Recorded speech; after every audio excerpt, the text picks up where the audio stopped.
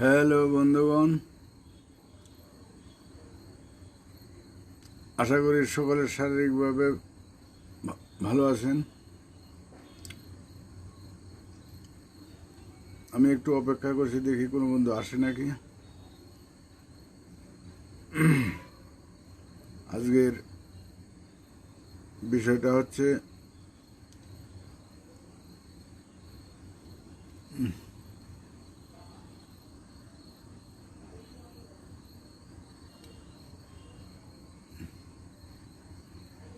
যে ব্যক্তিগতভাবে আমরা কিভাবে মানসিক শান্তি পেতে পারি। এত অভাব, অভিযোগ, ঘাত প্রতিঘাতের মাধ্যমে, অশান্তির বাতাবরণের মধ্যে ব্যক্তিগতভাবে কি করে আমরা মানসিক শান্তি পেতে পারি মোটামুটি, সেই বিষয়টা নিয়ে আমি আমার প্র্যাকটিক্যাল অভিজ্ঞতা থেকে যতটুকু উপলব্ধি করছি, বুঝেছি, প্রকৃতির নিয়মের ভিত্তিতে সেটা নিয়ে আমি একটু আলোচনা করার চেষ্টা আছে। যদি কোনো ভুলভ্রান্তি হয়, আপনাদের সাজেশন থাকে অবশ্যই দিবেন। আমি সব জানি এটা কখনই বলবো না, জানা বোঝার শেষ নেই। সবার মতামত নিয়ে আমাদের চলতে হবে, জানতে হবে, বুঝতে হবে। আমি একটা মত প্লেস করছি, আপনারা একটা মতামত দেবেন, তারপরে যেটা যুক্তিসঙ্গত হবে, বিবেকের সায় দিবে, সেটাই আমরা সবাই গ্রহণ করব। এটাই হচ্ছে নিয়ম। তো এখন আমাদের শারীরিক সুস্থ এক জিনিস, আর মানসিক সুস্থটা হচ্ছে আলাদা জিনিস। বাড়ি গাড়ি যতই থাকুক, ছেলে মেয়ে আছে, সুন্দর বউ আছে, জমি জায়গা আছে, ভালো চাকরি আছে, কোনো কিছুতেই মনের শান্তি হয় না। বেশিরভাগ মানুষের যে মনে কোনো অশান্তি থাকে, বিভিন্ন রকম, হাজার রকমের অশান্তি থাকে মনে। কর্মক্ষেত্রের, সামাজিক, পারিবারিক, মানসিক, ব্যবহারিক অনেক ক্ষেত্রেই, রাজনৈতিক অশান্তি থাকে। সেই অশান্তি মনকে তাড়িয়ে নিয়ে বেড়ায়। আমরা কখনো সুস্থ থাকতে পারি না। ঘরে খাবার থাকলেও খাবার ভিতরে যায় না, খেতে ইচ্ছা করে না, অসুখ বসুখ ঘিরে ধরে। শুধু মনের ব্যাপারে, মনের শান্তি হইলে, আত্মতৃপ্তি হইলে বড় তৃপ্তি, পরম তৃপ্তি। যার আত্মতৃপ্তি নেই, মনের শান্তি নেই, তার কোনো শান্তি নেই, পৃথিবীতে শান্তি নেই, যেখানেই যাক। আর মনের শান্তি পেতে গেলে সেটা আসলে মানসিক মনের ব্যাপার। এটা কেউ বলে কেউ কোনো শাস্ত্রগ্রন্থ পেটে খাওয়ালেও আমি যতই জ্ঞান দিই, এতে কোনো লাভ হবে না। এটা যার যার উপলব্ধির মনের ব্যাপার। আমরা সত্যিই যদি মনের শান্তি পেতে চাই, তাহলে আমাদের কিছু কিছু ক্ষেত্রে আমাদের ত্যাগ স্বীকার করতে হবে। ত্যাগ মহত্বের লক্ষণ। ত্যাগ মহত্বের লক্ষণ। ত্যাগ স্বীকার যদি করি, অনেক ক্ষেত্রে ত্যাগ স্বীকার করতে হবে, স্বার্থ ত্যাগ করতে হবে, ইগো সেন্টিমেন্ট বাদ দিতে হবে, ইগো সেন্টিমেন্ট সংস্কার বাদ দিতে হবে, মোহ বাদ দিতে হবে। এই সর্বোপর মোহ আছে, মোহ বাদ দিতে হবে। আমি আমার মনের থেকে বাদ দিতে হবে। ওই হিংসা, নিন্দা, এগুলি মনের থেকে বাদ দিতে হবে। যতক্ষণ পর্যন্ত আর ভিতরে হিংসা মনোবৃত্তি থাকবে, নিন্দা মনোবৃত্তি থাকবে, ততক্ষণ আমি শান্তি পাবো না। এতে আমার দংশন করবে। মোহ যতক্ষণ থাকবে, আমার ছেলে মেয়ে, বাপ মা, ভাই বোন, সম্পত্তি, দোকানপাট, ব্যবসা বাণিজ্য, অর্থের মোহ থাকলে মোহ আমাকে তাড়িয়ে নিয়ে বেড়াবে, তাড়িয়ে নিয়ে বেড়াবে। যে কাজ করতে হবে নিষ্কাম কাজ, যে কোনো ভালোবাসা নিষ্কাম ভালোবাসা, নিষ্কাম। এর আগেও আমি বলেছি যে গাছ লাগাও, ফলের আশা করো না, এটা নিষ্কাম। আশা থাকবে সুপ্ত, এটা আমার কিছু করার নেই, এটা আমার জন্ম নিচ্ছে, আমি যে কোনো মধ্যে মৃত্যু হতে পারি, এর মধ্যে কোনো হাত নেই। এই ব্যাপারে আমাকে মনের দিকে প্রস্তুত থাকতে হবে সবসময়ের জন্য। তাহলে কোনো দুঃখ, মৃত্যু, ভয় থাকবে না, থাকবে না। যে কোনো ভয়, ভীতি, হতাশ, হতাশা, নিরাশা, এগুলি আমাদের দুঃখের কারণ। আশা যদি থাকে, হতাশ হবেই। আশা পূরণ হলো না, হতাশ হবেই। ওটা আমি আশা করছি পাবো, পেলাম না, হতাশ লাগবে।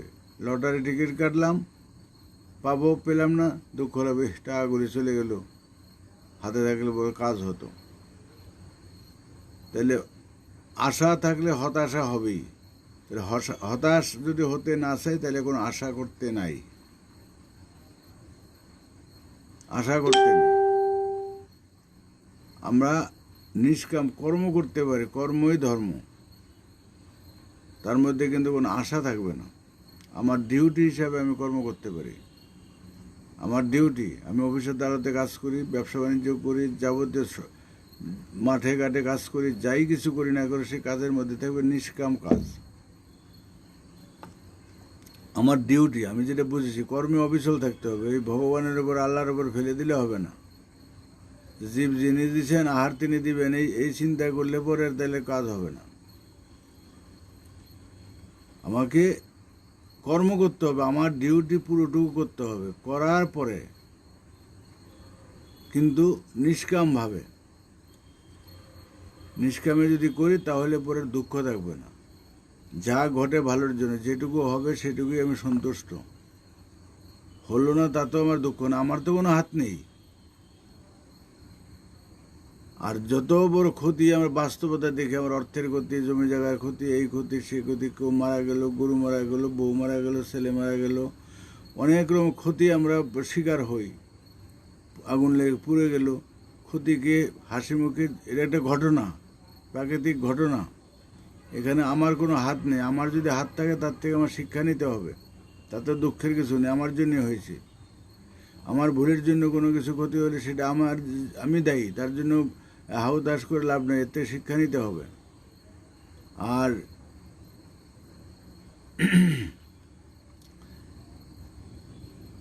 যদি দেখি আমার কোনো হাত নেই, আমার কোনো ক্রিয়া নেই, তাহলে পরে সেখানে আমার হাউতাস করে লাভ নেই। কারণ আমি আসছি ন্যাংটা, যাবো ন্যাংটা, আমি 10% নিয়ে আসি না, 10% নিয়ে যাব না। এইখানে যদি হাউদার, বাড়ি গাড়ি, এই সে, ছেলে মেয়ে, অনেকের ছেলে 10টা 5টা, আরেকজনের নাই, আরেকজনের 2টো আছে, আরেকজনের আছে, যা কিছু থাকে এতে সন্তুষ্ট থাকতে হয়। এবং প্রত্যেকে হাত পা নিয়ে আসছে, আমি যেমন হাত পা নিয়ে আসছি, সবাই হাত পা নিয়ে আসছে। সবার সময় একরকম, 24 ঘন্টার সময় সবার জন্য। যারা কোটিপতি, টাটা বিড়লা আছে, সবারই 24 ঘন্টার সময়।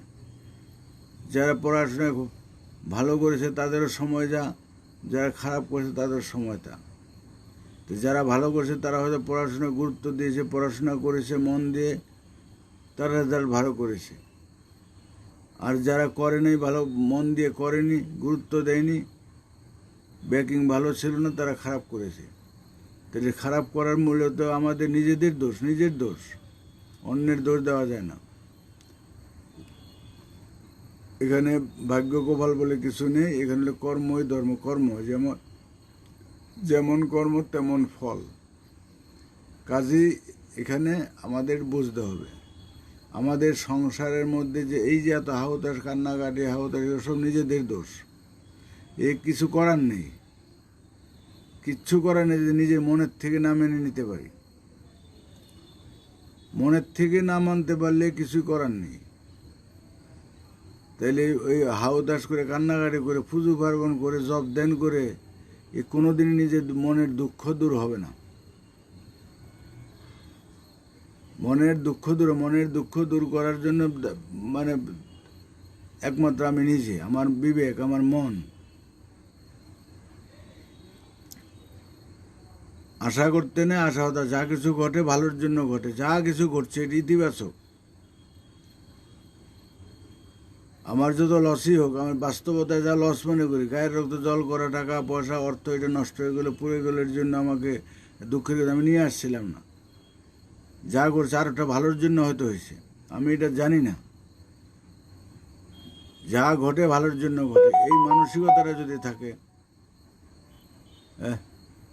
সব কিছুর উপর যে আমরা প্রকৃতির উপর নির্ভরশীল থাকতে পারি, নির্ভর থাকতে পারি, কর্ম করবো বাস্তবে আমি।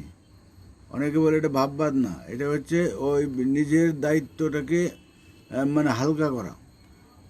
একটা মা একটা বাচ্চা শিশুকে নিয়ে একা চলে যায়, কিন্তু একা যেতে পারে না, ভয় পায়। একটা শিশুকে 5-7 বছরের একটা বাচ্চা কাচ্চাকে নিয়ে চলে যাচ্ছে, বাপের বাড়িতে বেড়াতে যায়, কিন্তু একা যেতে পারছে না, ভয় পাচ্ছে। ও বাচ্চাকে বাঁচাবে, তাকে বাঁচাবে না। পাশে পোষা একটা কুকুর থাকলে অনেক সাহস থাকে, একা সাহস। এটা হলো আমাদের মনোভাব। কুকুর আমাকে ফেরাতে পারবে না, ছোট্ট কুকুর সে কী করবে, এটা মনোভাব। আমরা একটা বিপদ আপদের লোকের কাছে চলে যাই, লোকজনের কাছে, আর যার বিপদ আসে শত শত লোকের মধ্যে বিপদ চলে আসে। আমরা ঘরে দরজা দিয়ে মানে গ্রিল দিয়ে কত করে থাকি, মনে করি যেন বিপদ হবে না। বিপদ যদি আসে তাহলে আমাদের দরজা খুলে দিতে হবে, তালা দিয়ে আটকানো যায় না। তাহলে পরে আমাদের অহেতুক এই যে টেনশন, হাউতাস, এই বুঝে আসলে, এই বুঝি ভয়, এই বুঝি কি হলো, এই যে টেনশন, এটা হলো আমার মনের ব্যাপার। আত্মবিশ্বাসের অভাব, আস্থা বিশ্বাসের অভাব। আর মানুষের যেটা হয় বলবো যে মোহ, অনেক রকমের মোহ আছে। এই মোহকে ত্যাগ করতে হবে। এই মোহের জন্য আমাদের কুড়ে কুড়ে খেতে হয়, অনেক রকম সমস্যা হয়। প্রত্যেকটা মানুষেরই আছে যে সংসারে এই যে এত অভাব, অভিযোগ, ঝগড়াঝাটি, অশান্তি, সব হচ্ছে মানুষের মোহের জন্য। আধ্যাত্মিক শাস্ত্রে, সব শাস্ত্রে, ধর্মগ্রন্থে বলে মোহ, এই যে ষড়রিপু, 6টার মধ্যে 5টা রিপু, কামনার বাদ 5টা রিপু, তার মধ্যে একটা হলো মোহ, একটা হলো যশবৃত্তি। সবচেয়ে ক্ষতিকর যশবৃত্তি মানুষের। যশবৃত্তি থাকলে তার ক্রোধ থাকবে, তার হিংসা নিন্দা থাকবে। সবচেয়ে ক্ষতিকর হলো যশবৃত্তি। মোহ থাকলে নিজেকে দুর্বল, অন্ধ করে দেবে, জ্ঞান অন্ধ হয়ে যায়, মোহে জ্ঞান অন্ধ হয়ে যায়। এই যে ধৃতরাষ্ট্র বলে, পুত্র স্নেহে অন্ধ ছিল, অন্ধ হতে নাই, জ্ঞান অন্ধ হয়ে যায় মানুষ। তাহলে মোহ থাকতে নেই। এগুলি খালি নেই বললে তো হবে না, কী করে ত্যাগ করা যায়। এগুলি যখন আমার কোনো কাজে আসে না, আমার যখন কোনো ধান্দায় আসবে না, আমি যখন এটাকে বাদ দিতে পারি না, বরঞ্চ আমার মনোভাব, সবলে মনের উপরে, আমার যদি মনে এটা স্থান দেয় তাহলে এটা আমাকে ঘিরে ধরবে, সবসময় আমাকে ঘিরে ধরবে, মোহ ঘিরে ধরবে, আমাকে অন্ধই হয়ে যাবে। প্রত্যেকের আছে যারা যা নিজের ছেলে মেয়ের জন্য খুব চিন্তা ভাবনা, মেয়ে বিয়ে দিবে, ছেলে করবে, চাকরি হয় না, পড়াশোনা হয় না, এই হয় না, কিন্তু আর যারা আছে তাদের জন্য কোনো চিন্তা নেই। স্বার্থপরের মধ্যে শুধু তারটার জন্য চিন্তা। আর সে যে চিন্তা করে তার থেকে আর কত খারাপ পরিবেশে, খারাপ অবস্থা আছে, সেটা নিয়ে তার কোনো ভাবনা নেই। আমার ছেলের ব্রেনটা তো আমি করে দিতে পারি না, আমি তাকে সুযোগ সুবিধা করে দিতে পারি যতটুকু সময় আমার সাধ্যে গুলায়, তার বাইরে আমি করতে পারবো না। কেউ কারো না, আজ মরলে কাল 2 দিন। এখানে স্বার্থপর হতে হবে, এখানে স্বার্থপর হতে হবে নিজে নিজে। তার এই ছেলে মেয়ের মোহ, বাড়ি গাড়ি করতে হবে, এই সুন্দর, এই করব, সেই করব, সব কিছু মোহ হইল আমাদের কাল। আপনারা ফলো করে দেখবেন যে যত কিছু দুঃখ দুর্দশা আমাদের আসে, কিসের জন্য আসে? কয়েকটা জিনিস, মোহের জন্য। একটা আছে আমাদের যশবৃত্তির জন্য। যশবৃত্তি থাকলে নিন্দা অপবাদ আমি সহ্য করতে পারবো না। কেউ আমাকে নিন্দা অপবাদ, কটু কথা বললে বা আমার দোষ ত্রুটি ধরলে পরে আমি রাগ হয়ে যাব, আর রাগ হওয়ার পরবর্তী তার বিরুদ্ধে আমি অ্যাকশন নিব, বা উল্টাপাল্টা করে আমার মন খারাপ করব। আরেকজনের জন্য আমার নিজের মন খারাপ করছি, সেই খারাপ মনোভাব থেকে আমি একটা পদক্ষেপ নিলাম, সেটাও খারাপ হলো, তার একটা অনেক কিছু হয়ে যায়। তাহলে যশবৃত্তি, মোহ, লোভ, পরের জিনিসের প্রতি লোভ, আমার নিজে গায়ের রক্ত জল করে আমি যা করতে পারি, এটা হলো হালালিয়া, হারামি পয়সা, অন্যের পয়সা। এমনকি উপযুক্ত হয়ে গেলে বাপ মার পয়সার প্রতি লোভ করতে নাই। আমার নিজে কর্ম করে নিজে করব। বাপ মার অনেকে যে বউয়ের দোহাই, অনেকে বাবার নামে চলে, অনেকে বউয়ের নামে চলে, অনেকে স্বামীর নামে চলে। মানে একটা কবি গান শুনেছিলাম, বউ হলো বিশাল বড় অফিসার ছিল, এক ডাকে চিনে এলাকার মানুষ। তো জামাই গেছে বাড়িতে, গেছে জামাই পরিচয় কি দিবে, তখন অন্য বউর শ্বশুরেরও ভালো করে চিনে না, শাশুড়িকে চেনে, শালাকে ভালো চেনে না, তার বউ হইল যে বউ ওয়াইফ, তাকে সবাই এক ডাকে চিনে। সে তখন বউয়ের দোহাই দিয়ে তার পরিচয় দিত যে অমুক ছিল, অমুকের স্বামী আমি, বউয়ের দোহাই দিয়ে চলছে। অনেকের বাপ যদি নামে থাকে বাপের, অনেকের বাপ না ঠাকুরদা থাকে, ঠাকুরদার অমুক অমুক বাড়ির মানুষ, অমুকের নাতি, আমি অমুকের জামাই। বিখ্যাত লোকের পরিচয় দেয়। তা আমরা কারো পরিচয় না, আমি নিজের পরিচয় নিজে প্রতিষ্ঠিত হব। নিজের পরিচয়, নিজের উপর আত্মবিশ্বাস রাখতে হবে। আত্মবিশ্বাস যদি না থাকে তাহলে কোনো কাজ হবে না। আমরা সবাই পরের উপর নির্ভর করি। এই পরের উপর নির্ভরশীলতা আমাদের পরিহার করতে হবে। পরের উপর নির্ভরশীলতা সংস্কার। পরের উপর নির্ভরশীলতা হচ্ছে সংস্কার। আমার হাত পা আছে, আমার ব্রেন বুদ্ধি আছে, আমার কর্ম আছে, আমার কর্ম আমাকে করতে হবে। যারা কুড়ি অলস তারা কোনোদিনই প্রতিষ্ঠিত হতে পারে না। অলসের মানুষের অনেকগুলি লক্ষণ আছে, আপনারা জানেন। তো নিজেকে এই সমাজে বড় হচ্ছে, এই সমাজে গরিব হচ্ছে, এই সমাজে ভিক্ষা করে, এই সমাজে মানুষের ভালো মন্দ চলছে। কেন? একজনে কাজ করতে পারছে, আরেকজনে করতে পারছেন। সব যার যার নিজের ব্যাপার। ফলো করে দেখবেন, ভালো করে দেখবেন। ও পারছে, আমি কেন পারবো না? ও পারছে তো হিংসা না, আমিও পারবো। আমি যতটুকু পারি আমার মতো আমি করব। সৎভাবে ভালোভাবে কতটুকু করতে পারি। আর ত্যাগ মহত্বে লেবেন, যত ত্যাগ স্বীকার করা যায়, যত মানুষকে ভালোবাসা যাবে স্বার্থহীনভাবে, নিরপেক্ষভাবে, তত মনের দিক দিয়ে তৃপ্তি পাওয়া যাবে। মনের তৃপ্তি হইলে সবচেয়ে বড় তৃপ্তি। আমরা পেটুক যারা খেয়ে তৃপ্তি পায়, আর যারা ত্যাগী তারা মানুষের খাইয়ে তৃপ্তি পায়। খেয়ে তৃপ্তি পাওয়ার, খাইয়ে তৃপ্তি পাওয়ার এর মধ্যে মানসিকতা আকাশ পাতাল ডিফারেন্স।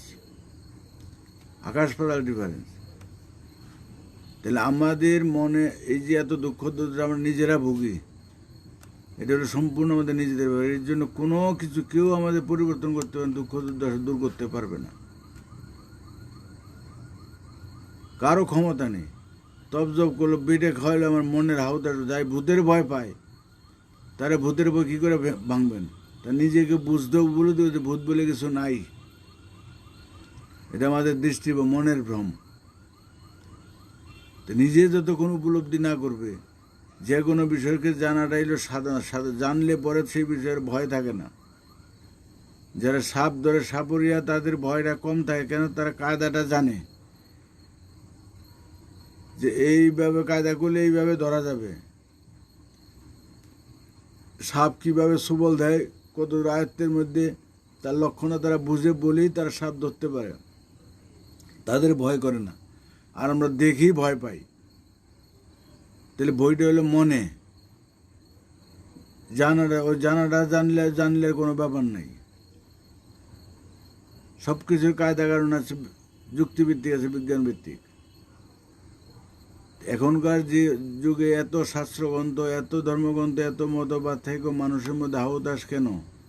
কারণ প্রচলিত শাস্ত্রগ্রন্থে মতবাদে কিন্তু মানুষের শান্তি দিতে পারেনি। খালি গাল ভরা খালি ফর্মুলাই দিয়ে গেছে, কিন্তু লাভ হচ্ছে না। মানুষ কী করে পালন করবে? কারণ সমাজ ব্যবস্থা অন্যরকম হয়ে গেছে। সমাজ ব্যবস্থায় অন্যরকম হয়ে গেছে, যার জন্য সেখানে আমাদের আগে আত্মবিশ্বাস, নিজেকে জানাই শ্রেষ্ঠ সাধনা। নিজেকে জানতে হবে। নিজেকে জানলে, আত্মবিশ্বাসী হলে তখন আর এত দুঃখ দুর্দশা থাকবে না। এত লোক মরছে, এত কান্নাকাটি হচ্ছে, এত দুঃখ দুর্দশা করছে কিছু। ডাক্তাররা যদি রুগীর প্রতি দুঃখ দুর্দশা ভুলে যায়, মোহেতে পড়ে যায়, দুঃখিত হয়ে যায়, তাহলে তার সেবা করতে পারবে না। যে কথা, রুগী চিৎকারে চিকিৎসা থামিয়ে দেওয়ার ডাক্তারের কাজ নয়। তো সমাজের হা হুতাশ, জ্বালা যন্ত্রণা, চিৎকার চেঁচামেচিতে ওই বিভ্রান্ত হলে চলবে না। তো যে ডাক্তার, তাকে সুস্থ থাকতে হবে। ওই চিৎকার চেঁচামেচিতে কান দিলে হবে না। তো যারা সমাজ সংস্কার, সমাজের ভালো মন্দ করতে চান, পরিবারের ভালো রাখতে চান, তাদের হতাশ হলে চলবে না। তাদের আগে শক্ত হতে হবে নিজে। আর নিজে যদি রুগী হয়ে যায়, দুর্বল হয়ে যায়, তাহলে পরিবারে কাউকে আমরা সবল করতে পারবো না। তা আমরা বর্তমান সমাজে মানসিকভাবে সবাই এক ধরনের দুর্বল। সমস্যা নেই এমন মানুষ নেই, যার আছে তারও সমস্যা, যার নাই তার তো সমস্যা। কিন্তু যেই অবস্থায় আছি আমরা, এই অবস্থায় আমরা সন্তুষ্ট নই। যেই অবস্থায় আছি এই অবস্থায় সন্তুষ্ট থাকাটার নাম হইল সাধনা। যদি আমরা সন্তুষ্ট থাকতে পারি তবেই আমরা বুঝবো যে নিজেকে জানতে পারছি, বুঝতে পারছি, স্রষ্টাকে উপলব্ধি করতে পারছি, সৃষ্টি তত্ত্বকে জানতে পারছি, আমার অস্তিত্বকে আমি জানতে পারছি। এ জানলে তখন নিজের প্রতি নিজের আর কোনো থাকবে না, কোনো দুঃখ দুর্দশা থাকবে না। সেই অবস্থায় সে মেনে নিবে। আরেকজনের সে দেখা দেখি সে চলবে না, যে ও পাঁচতলায় থাকে ওই করে চলবে না। আমাকে দেখতে উপমা দিতে হবে আমার থেকে সবচেয়ে নিচু স্তরে যারা আছে, যে আমার থেকে অনেক খারাপ আছে, অনেক অনেক দিক দিয়ে দুর্বল আছে, তার থেকে অনেক বেটার আছি, তাদের থেকে অনেক সুন্দর আছি। সেদিকে আমাকে নিজেকে আত্মবিশ্বাসী হতে হবে। আমি এটা দেখবো না যে আমার থেকে বড় লোক, আমার বড় লোক স্বামী, আমার বড় লোক আমার ছেলে এত বড়, আমারই বড়, আমার কাকা জ্যাঠা তারা এত বড়, অমুক মনীষটার, ও দেখলে হবে না। তাহলে আবার আমার ভিতরে অহংকার চলে আসবে, দম্ভ চলে আসবে। তাহলে আমি যা আছি তাই থাকতে হবে। চিরকাল একরকম যেন সবার মানসিকতা এক থাকে না, এক হতে পারে না। এটা হলো বিষয়। তাহলে এই যে এখন সমাজে সবার দুঃখ কষ্ট আমি দেখি, যত মানুষের সাথে আলোচনা করি, কোনো সংসারে আমি দেখি নাই যশান্তি। তো নিজে যদি আমি মুক্ত থাকতে পারি তাহলে আমার পরিবারকে মুক্ত করতে পারি মোটামুটি। কারণ আমার নিজের কারণে যে পরিবারে যে অশান্তি হয় সে অশান্তিটা হবে না। সর্বং সহা একটা কথা আছে, সব কিছুকে আমি হজম করতে পারবো। ছোট বড় যারা আছে সবার কথাকে, সবার মাত্রাকে আমি উপলব্ধি করে সবাইকে সেই সলিউশনটা দিতে পারবো এবং অনেকটা সমস্যার সমাধান হবে, অন্তত ব্যক্তিগত বা পারিবারিকভাবে।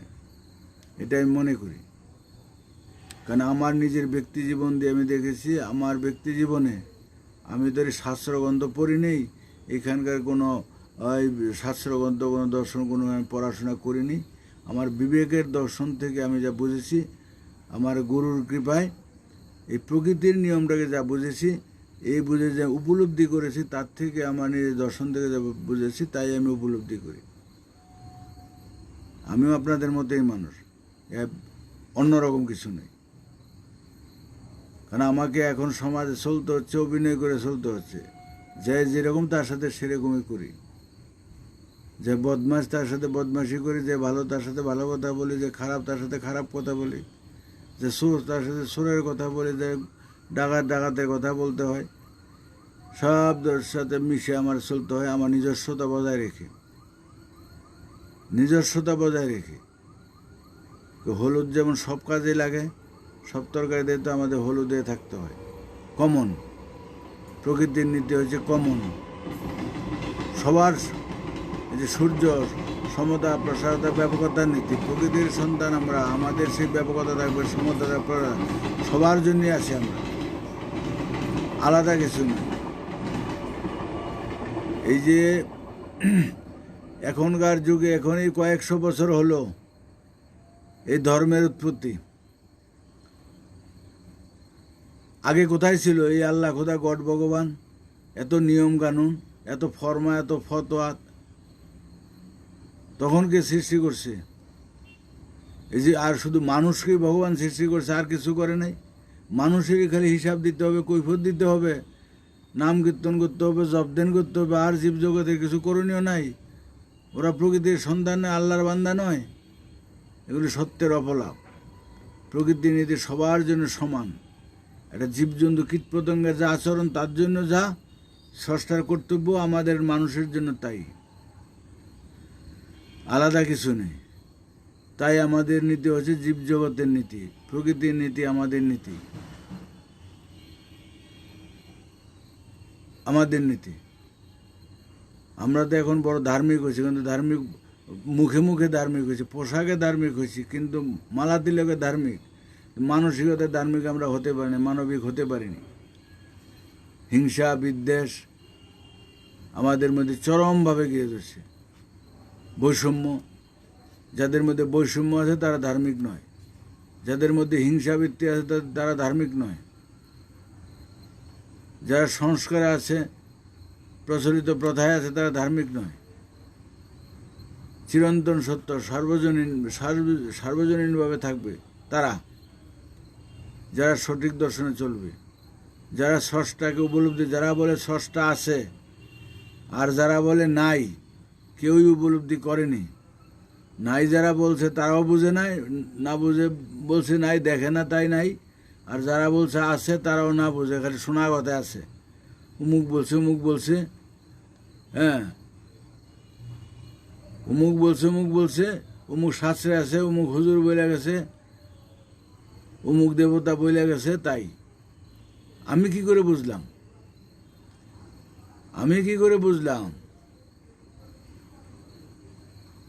বুঝতে হবে। যখন বুঝবে, সত্যিকারের সঠিক তত্ত্বটা জানবে, তখন দেখবে যে এইসব গোল, এই হিন্দু মুসলমান বৌদ্ধ খ্রিস্টান এগুলি থাকবে না। এই যে আজকে অনলাইনে একটা দেখলাম, ওই সুপ্রিম কোর্টে কেস করছে মনে হয়, যে হিন্দুর ব্যাপারে, হিন্দু কোনো ধর্মই নেই, হিন্দু কোনো ধর্মই না। আগে আমরা ইতিহাসে বলছি, সিন্ধু নদের তীরে বাস করতো, তাই এই যে হিন্দু হিন্দু হিন্দু হিন্দু হয়ে গেছে। হিন্দুস্তান বলে কোনো ভারত ইন্ডিয়া, হিন্দুস্তান বলে কিছু হতে পারে না। হিন্দু কোনো ধর্ম আছে ভারতবর্ষে, যদি মুসলমান। আপনারা অনেকে অনলাইনে আসে, অনেকেই দেখতে পাবেন, দেখেন। আমি একা দেখি নাই তো, আসে, আপনারা ভালো করে জানবেন, বুঝবেন, কথা করে যুক্তি আছে। তাই ধর্ম করলে ধর্ম হবে না, ধর্মের মূল তত্ত্ব আগে জানতে হবে। মূল কি, ধর্ম কাকে বলে, ধর্মের সংজ্ঞাটা কি, একটা ধার্মিক লোকের লক্ষণ কি থাকবে। গাই গরুর যেমন চিহ্ন আছে, দুধের গায়ের আবার চিহ্ন আছে, তার ওলান বড় হবে, বাট মোটা হবে, পাছা উঁচু হবে, পিছন দিয়ে ওলান দেখা যাবে বড়। এগুলি হচ্ছে দুধের গাই বলে লক্ষণ।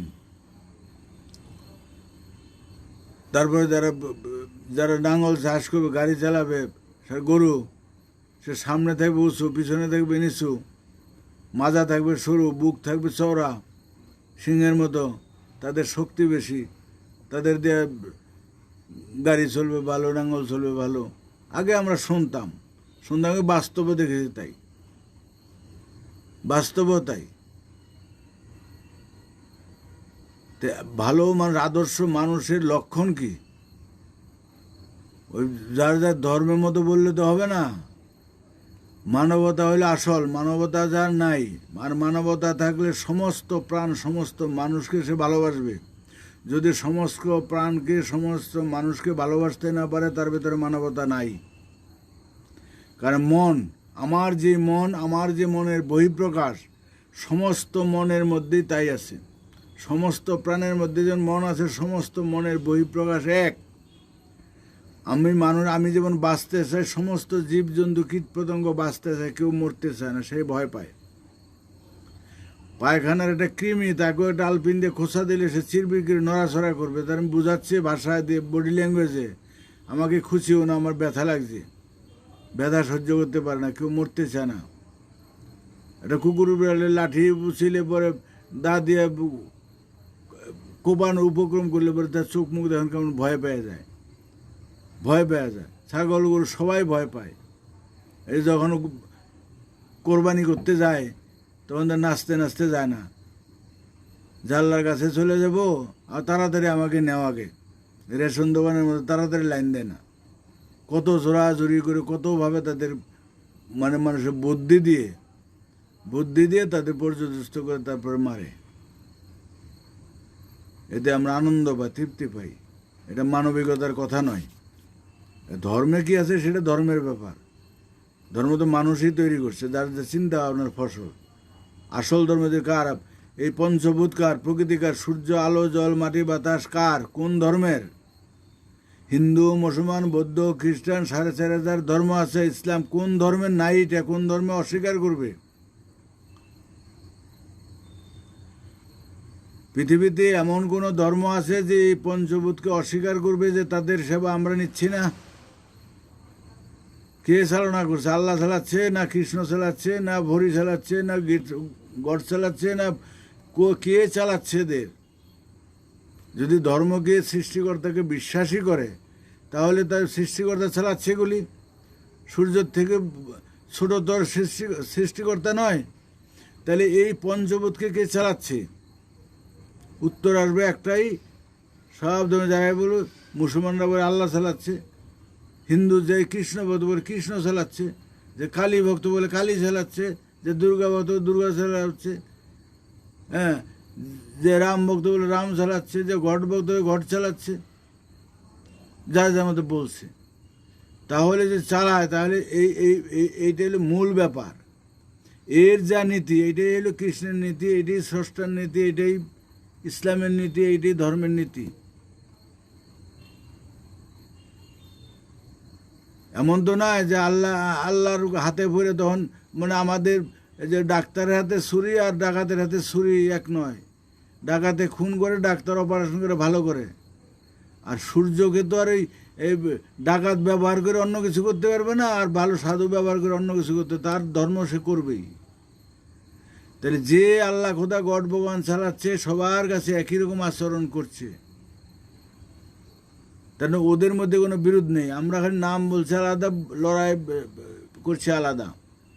তাহলে এইখানে হচ্ছে সমতা প্রসারতার নীতি হলো সূর্যের মধ্যে, চন্দ্রের মধ্যে আছে, সূর্য এই আকাশ বাতাসের মধ্যে আছে, মহাশূন্যের মাঝে আছে, পৃথিবীর মধ্যে আছে। এখানে কোনো বৈষম্য নেই।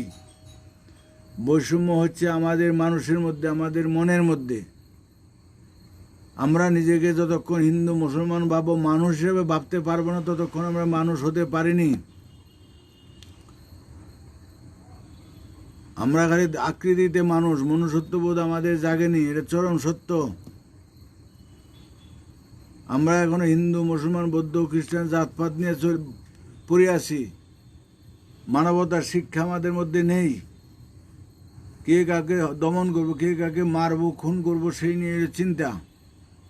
যার জন্য পৃথিবীর অবস্থা। এর থেকে মুক্তির উপায় নাই। মুক্তির একমাত্র যখন আমরা নিজে নিজে শেষ হব, লড়াই সংগ্রাম করে মারামারি করে শেষ হবো। হাজার হাজার বৎসর ধরে তো মরছে যুদ্ধ বিগ্রহের নামে, নিজেদের মধ্যে সাম্প্রদায়িক দাঙ্গায়, গোষ্ঠী দাঙ্গায়, এইভাবে কিন্তু পৃথিবীর ইতিহাস দেখে দেখা যায় প্রচণ্ড ধ্বংস। কত শহর নগর ধ্বংস হয়ে গেছে, কত সভ্যতা বিলুপ্ত হয়ে গেছে এই মানুষেরই কার্যকলাপে। এখন এই যে ঘোর কলির যুগ আছে, যুগ, এখনকার যুগ বিবর্তন হতে যাচ্ছে, লুপ্ত হতে যাচ্ছে, লুপ্ত হবে। যারা থাকবে, বেঁচে থাকবে, আগামী দিন আবার অন্য ইতিহাস গঠন হবে, অন্যভাবে চলবে। তখনই হবে পৃথিবীর সত্যিকারের যে ফর্মুলা, সত্যিকারের যে মতবাদ, তখন হবে, এতদিন ছিল না। তখনই হবে এক জাতি, এক নীতি, এক সমাজ, এক রাষ্ট্র, এক বিশ্ব পরিবার ব্যবস্থা। যা হলে মানুষ জন্মগ্রহণ করে মহান হবে। ওখানে হিন্দু থাকবে না, মুসলমান থাকবে না, বৌদ্ধ থাকবে না, খ্রিস্টান থাকবে না, সব হলে মানুষ। মানুষদের নারী আর পুরুষ সবার সমান অধিকার, সমান মর্যাদা। এখানে নারীকে দুমায় রেখে পুরুষতান্ত্রিক সমাজ তা হবে না, বরঞ্চ নারীর মর্যাদা বেশি। যদি মর্যাদা দিতে হয়, নারীর মর্যাদা বেশি। যদি মানুষের মর্যাদা দিতে হয়, কাজের ভিতরে শ্রমিকরা থাকবে, শ্রমিকরা আর কৃষক হবে সবচেয়ে মর্যাদাবান।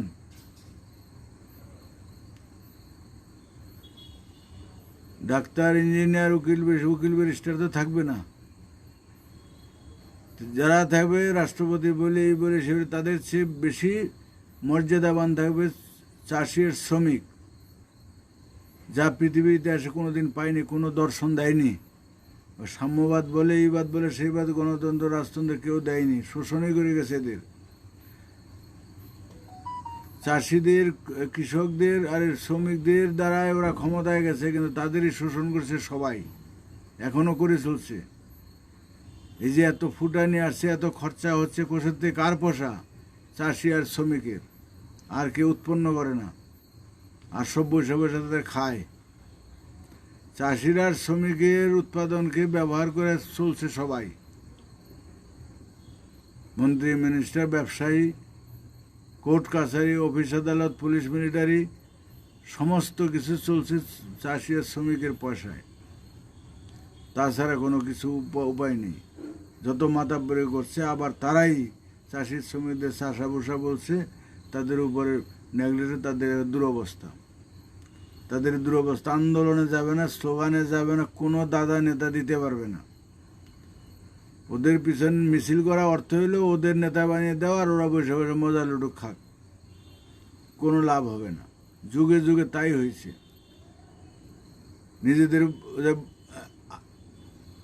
নিজেদের ইচ্ছাটাকে মর্যাদা দিতে হবে, নিজে আদায় করে নিতে হবে। যে আমাদের একটা স্লোগান ছিল, আর প্রতিবাদ নয়, চাই প্রতিকার।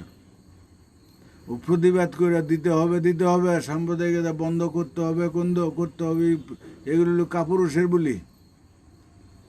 স্লোগান দিয়ে কোনো লাভ হয় না। আদায় করে নিতে হবে। কার কাছে যাবো? আমাদের জিনিস আদায় করে নিতে হবে। সে আদায় করতে গেলে আমাদের সেই মানসিকতা উত্তীর্ণ হতে হবে। আর মানুষ এখন বোতা হয়ে গেছে, আন্দোলন বোতা হয়ে গেছে। মানুষের আর বিশ্বাস নেই কারো প্রতি। ও আমরা যত ভালো কথাই বলি, জনগণের শুনবে না। কারণ বহু দেখছি, বহু নেতার পিছনে ঘুরছে, ঘুরে ঘুরে মায়ের খাইছে, শুধু জেল হাজত খাচ্ছে, কোনো লাভ হয় নাই। যার জন্য এখন মানুষ অন্যরকম হয়ে গেছে। আর কোনো দিন আর জাগবে না। জাগবে যখন দেয়ালে পিঠ থেকে যাবে, তখন জাগবে। এখন আর কারো কথায়, দাদা নেতার কথা, আমাদের কথায় জাগবে না। যে দিনটা যায়, এটা হচ্ছে খারাপ। যেটা আসতেছে সেটাই ভালো, আগামী দিন আসবে। তবে এখনকার বাস্তব পরিস্থিতি যেটা যাচ্ছে সেটা ভালো, যেটা আসতেছে সেটা খারাপ।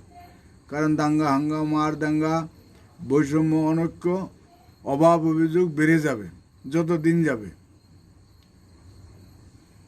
দুঃখের পরে সুখ, প্রচণ্ড বর্ষার পরে আবার খরা আসবে, প্রচণ্ড শীতের পরে আবার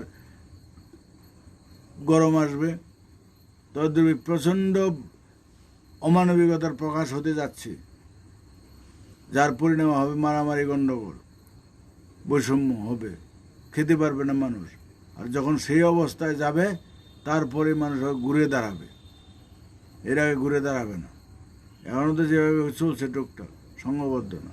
আর মানুষ সিজনে, যে বাংলাদেশে বললাম, এখন প্রদীপ এত হত্যা করছে, শুধু একা প্রদীপ না, এরকম শত শত প্রদীপ আছে। সর্বনিম্ন খালি একজনের বললে হবে না। এখন ওইখানে তো একজনের বিরুদ্ধে বেশি বলছে, আর হিন্দু বলে আরও অনেক, ওর উপরে চাপ বেশি দেখি। তো যার কাজ যা করছে, জঘন্য কাজ করছে। শুধু এ না, পিছনে মদতদাতা আছে, আরও লোক আছে। তো এই যেগুলি এখন প্রকাশ হচ্ছে, এখন সবাই 5 বছর 10 বছর আগে কাদের কি করছে তারাও এখন কেস করছে, তারাও এখন মুখ খুলছে। এতদিন মুখ খোলেনি। মুখ খুলে খুলতে পারে না, খুন করছে, খুনের ভয়। তো চিরদিন একরকম থাকে না। এখন সবাই মুখ খুলছে। তা আমাদের এখানে আস্তে আস্তে মুখ খুলবে, খুলতেছে মানুষ,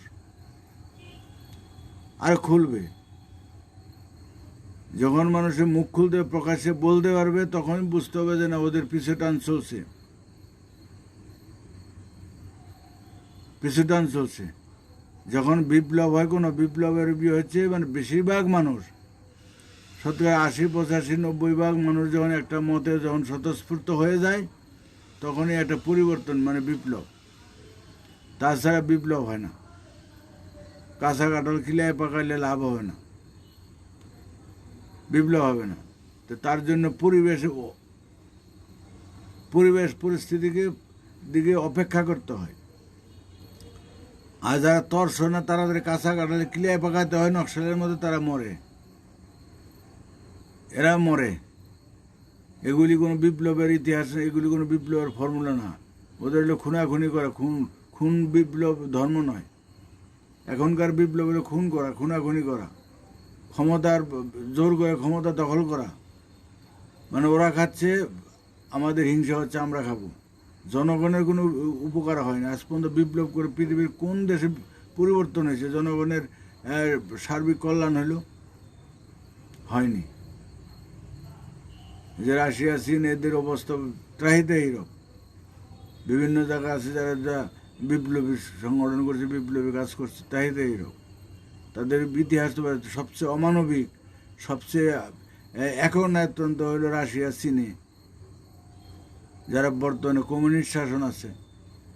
আবার গণতন্ত্র যারা ছিল তারা ছিল, তথাপি ওইখানে গণতন্ত্র হিসেবে সাদ্দাম ছিল, এখন অত্যন্ত ছিল, গাদ্দাফি ছিল, এখন অত্যন্ত ছিল, এখনও কিছু কিছু আরব কান্ট্রি আছে এখন অত্যন্ত গণতন্ত্র মুখে মুখে। এই যে এখন শুনি বাংলাদেশে শুনি চলছে, এখনো অত্যন্ত জোর করে ভোটে ক্ষমতায় আসছে। এগুলি কতদিন থাকবে? এইভাবে মানুষের বাড়তে বাড়তে, খুব বাড়তে বাড়তে মানুষের তখন এসব ব্রাস্ট হয়। আচ্ছা, বিশ্বজিৎ দাস, বাংলাদেশের ওয়াজ মহবিলে যেসব হিন্দু সম্প্রদায়ের বিরুদ্ধে অভিযোগ দায়ের করে ভারতকেও হুমকি দিচ্ছে, এটা কেমন ধর্ম? ভয়ঙ্কর সাম্প্রদায়িক সন্ত্রাস রোধে সাধারণ মানুষের কি করা উচিত? এটা তো না, অনেক অনেক জায়গায় আজকে একটা দেখলাম, ওই যে স্পেনে না কোথায়, যে ইসলাম অবমাননার জন্য ওইখানে নাকি হয়েছে, এক হুজুর খুব বক্তব্য দিল অনলাইনে, ইউটিউবে, ইসলাম শান্তির ধর্ম, ইসলাম অন্য ধর্মকে কখনো বিদ্বেষ ভাবে না, যার যার ধর্ম পালন করবে, এটা বাইরে বলে। মুসলমান ইসলাম ধর্ম যারা অন্য কান্ট্রিতে, পশ্চিমা কান্ট্রিতে কথা বলে ভালো, খুব সুন্দর কথা, কিন্তু যেখানে তার 90% ইসলাম, সেইখানে তারা সুন্দর কথা থাকে, তার রূপ আলাদা। তরবারি যেমন সবসময় খোলা থাকে না, কখনো থাকে মাঝে খাপের ভিতরে, কখনো থাকে হাতে। এরকম হইলে এখন যায় যে ইসলামের তরবারি হইল, ইসলাম তৈরি হচ্ছে, ইসলাম সৃষ্টি হইল তরবারি দিয়ে, সৃষ্টি হইল তরবারি দিয়ে, সৃষ্টি হইল বিদ্বেষ করে, সৃষ্টি হইল ওই যে 360টা পুতুল ভেঙ্গে, মূর্তি ভেঙ্গে। এই যে কাবা ঘর, এটা ওদের ইসলামের ঘর ছিল, অন্য ঘর ছিল, বিধর্মীদের ছিল, ওরা মূর্তি ভেঙ্গা দখল করছে। এই দখলের রাজনীতি। কারণ এটার প্রমাণ বোঝা যায় যে আফগানিস্তানে ইসলামের, ওইখানে পাকিস্তানে হিন্দু নাই কেন? ইসলামী কান্ট্রিগুলিতে কেন হিন্দু নাই? আরব কান্ট্রিতে, কুয়েতে, সিয়াসি হিন্দু নাই, আবার ওইখানে আছে মুসলমান ছাড়া ওইখানে ঢুকতে পারবে না।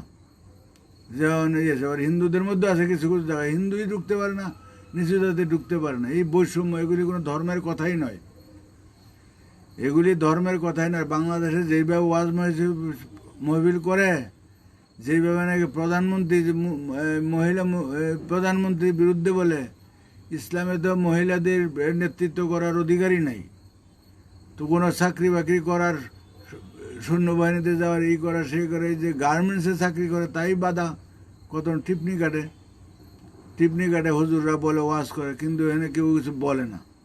গার্মেন্টে যারা কাজ করে, লক্ষ লক্ষ মানুষ যারা কাজ করে, তাদের সংসার চলছে, তারাও কিছু বলে না। হ্যাঁ, তাদের তো হুজুরদের বয়কট করা দরকার ছিল, তাদের খাবার দাও, একতর বলে। সরকারও কিছু বলে। এত বিদ্বেষী, বাংলাদেশের বিদ্বেষ, হিন্দু বিদ্বেষী চরম মাত্রায় বাড়ছে, যত ইউটিউব আছে চরম মাত্রায়। আর যারা বিদ্বেষ, যারা মানুষের চামড়া আছে, মানুষত্ব বোধই নাই, কিন্তু এর রেজাল্ট আছে, কারণ একতরফা কিছুই হয় না, যার জন্য এইখানে যে হিন্দু জাগরণ হচ্ছে, যা বললাম না তোমার, হিন্দু বলে তো কেউ হিন্দু নাই, এখন আছে কিনা এটা তর্কের ব্যাপারে, সেই ইতিহাসের ব্যাপার, সেই বলে লাভ না, ওরা তো হিন্দু। জাগরণ হবে, ঝগড়াঝাটি হবে, কিচ্ছু করার নেই। আমরা যেমন রাস্তা দেখাচ্ছি তেমন হবে। তো হুজুররা যে ওয়াজ করে, অমানবিক, ওইখানে যা শিক্ষা দিচ্ছে বাচ্চাদের, মাদ্রাসা যা শিক্ষা, বিভিন্ন অনলাইনে যা আসে, হিন্দু বিদ্বেষ, বিধর্মীদের বিদ্বেষ, চরম বিদ্বেষ। আগে আমরা যখন দেখেছি একসাথে বন্ধু বান্ধব, হিন্দু মুসলমান একসাথে করে খেলাধুলা করছে, কথাবার্তা বলছে, এখন ওদের বিদ্বেষ, তারা আর চোখে দেখবে, তারা মানুষকে মানুষই মনে করে না, করবে না। এর জের আছে, তো জের আছে। মানুষকে যেরকম অমানবিক করা হচ্ছে, ছোট ছোট ছেলে মেয়েদের বিদ্বেষ শিক্ষা দিয়েছে, তারা বড় হয়ে কি করবে? তারা বাপ মাকে কতল করতে দ্বিধা করবে না, সবাই শিক্ষা, আমরা ছেলে মেয়েদের যেমন শিক্ষা দেব ছেলে মেয়েরা তেমনই আচরণ করবে। তাহলে এখনকার সমাজ ব্যবস্থা, এখনকার ব্যবস্থায় ছেলে মেয়েদের হিংসা হানাহানি শিক্ষাচ্ছে, জবাই করা শিক্ষা দিচ্ছে, জীব হত্যা শিক্ষা দিচ্ছে। এগুলি হচ্ছে তাদের মানবিক যে মানবিক দৃষ্টিকোণটা থাকে সেগুলো থাকে না, কোমলমতি মনটা থাকে না, তারা হিংস্র হয়ে যায়। আর তখন তারা বাপ মার প্রতিতে গুরুজনদের উপর তখন তাদের এই দ্বিধা করে না ক্ষোভ দেখাতে। এটা হলো বাস্তবতার কথা। এখনকার জন্য তার জন্য হচ্ছে এই সমাজে মানুষের যে উচ্ছৃঙ্খল হচ্ছে, আমরা নিজেকে দিয়ে প্রমাণ। ছোট থেকে যারা হত্যা হানাহানিতে ব্যস্ত থাকবে, মারামারিতে গন্ডগোল থাকবে, বাপ মায়ের বৈষম্য থাকবে, হ্যাঁ, রাস্তায় পড়ে তারা শেষ পর্যন্ত 2 নম্বরে হয়, হিংস্র হয়ে যায়, খুনটা এমনি না। এই যে বিদেশে দেখেছে ছোট ছোট বাচ্চাদের একসাথে পশু পাখির সাথে রাখে, পশু পাখির প্রতি তাদের একটা দরদ আছে, পশু পাখিরও দরদ হয়ে যায়, বাচ্চা কাচ্চাদের প্রতি দরদ হয়ে যায়। মন, তাদের উপর মনটা বুঝে, তাদের সেই শিক্ষাটা এখন সমাজে নেই। আর ধর্মে তো আরও নেই। বিদ্বেষ, সবচেয়ে বড় বিদ্বেষ দেখাচ্ছে ধর্ম মানুষকে। পৃথিবীতে এখন ইসলাম ধর্ম শ্রেষ্ঠ ধর্ম, ওরাও বলে সংখ্যায় শ্রেষ্ঠ, ওদের ইউনিটিও শ্রেষ্ঠ, ওদের মধ্যে সেই যেভাবে হোক তারা সে এক আল্লাহ বিশ্বাসী, তাদের মধ্যে ইউনিটি আছে ভালো, সবই ভালো, কিন্তু আবার বিদ্বেষও বেশি। এবং এই আগামী দিনে বিপ্লবে, আগামী দিন সমাজ পরিবর্তনে ইসলামের একটা বিরাট ভূমিকা আছে। কথিত রাম রাবণের যুদ্ধ হয়েছিল, তো এই কুরুক্ষেত্রে আরে লঙ্কার কাণ্ডের যুদ্ধে যেমন রাবণেরও একটা ভূমিকা ছিল। এক হাতে তো লড়াই হয় না, যেমন কুরু পাণ্ডবের যুদ্ধ হয়েছিল, উভয় পক্ষে লাগে। তো এই যে আগামী দিন যে বিপ্লব আসতেছে, পরিবর্তন আসতেছে, যুগ পরিবর্তন আসতেছে, তার মধ্যে সূচনায় ইসলাম ধর্মের একটা বিরাট ভূমিকা আছে। এমনি কিছু সবারই ভূমিকা আছে, ও হিন্দুরও ভূমিকা আছে। এই যে বিশ্বকাপের খেলা হয়, এক দল হলে উইন হবে, কিন্তু যতগুলি দল নামে সবারই ভূমিকা আছে, না হলে তো হবে না। নির্বাচন হলে যেমন এক দলে নির্বাচন হয় না, যত দল বেশি থাকবে সব দলই অংশগ্রহণ করবে, সবারই ভূমিকা আছে। ঘাত প্রতিঘাতের মাধ্যমে একদল উইন করে, তো উইন করে সব কিছু হবে। এখন যেখানে দেখি, এই যে ভারতে কদিন আগে দেখলাম পশ্চিমবঙ্গে বর্ধমানে মহিলারা বড় বড় তলোয়ার ছোড়া নিয়ে নিয়ে মিছিল, ছোট ছোট বাচ্চা শিশুরা, অথচ এগুলি তো সরকারও দেখে না, কিছুই দেখে না। ধর্ম হবে যার যার ব্যক্তিগত ব্যাপার, ঘরে বসে হবে। রাস্তাঘাটে যেভাবে ধর্মের বাড়াবাড়ি, এগুলি ধার্মিকের ব্যাপার নয়, ওরা ধর্মের কিছুই বুঝে না। এই ছোট ছোট ছেলে মেয়েরা অস্ত্র নিয়ে নাচানাচি করে, এদের মানসিকতা কি হবে, কি ভালো হবে? যাই হোক, এগুলি এখন আসে, যা কিছু ঘটে ভালোর জন্য ঘটে।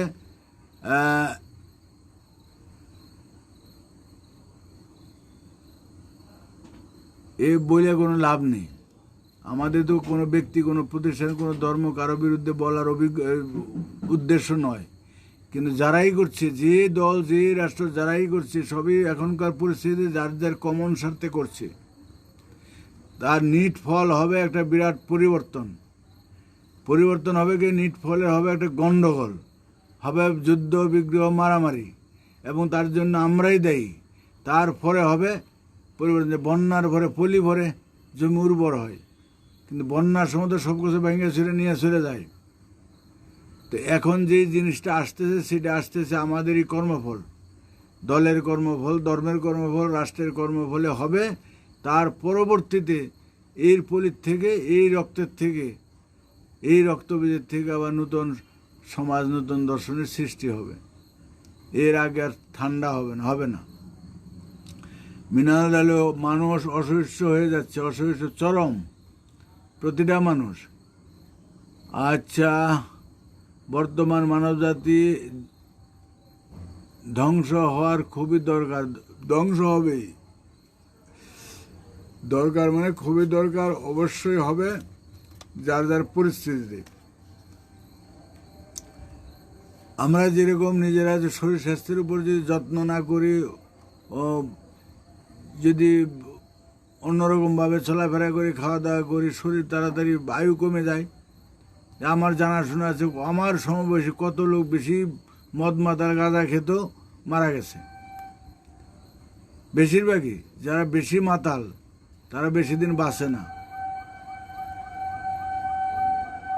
কেউ মারা যায়, তাদের শরীরের উপর অত্যাচার হয়।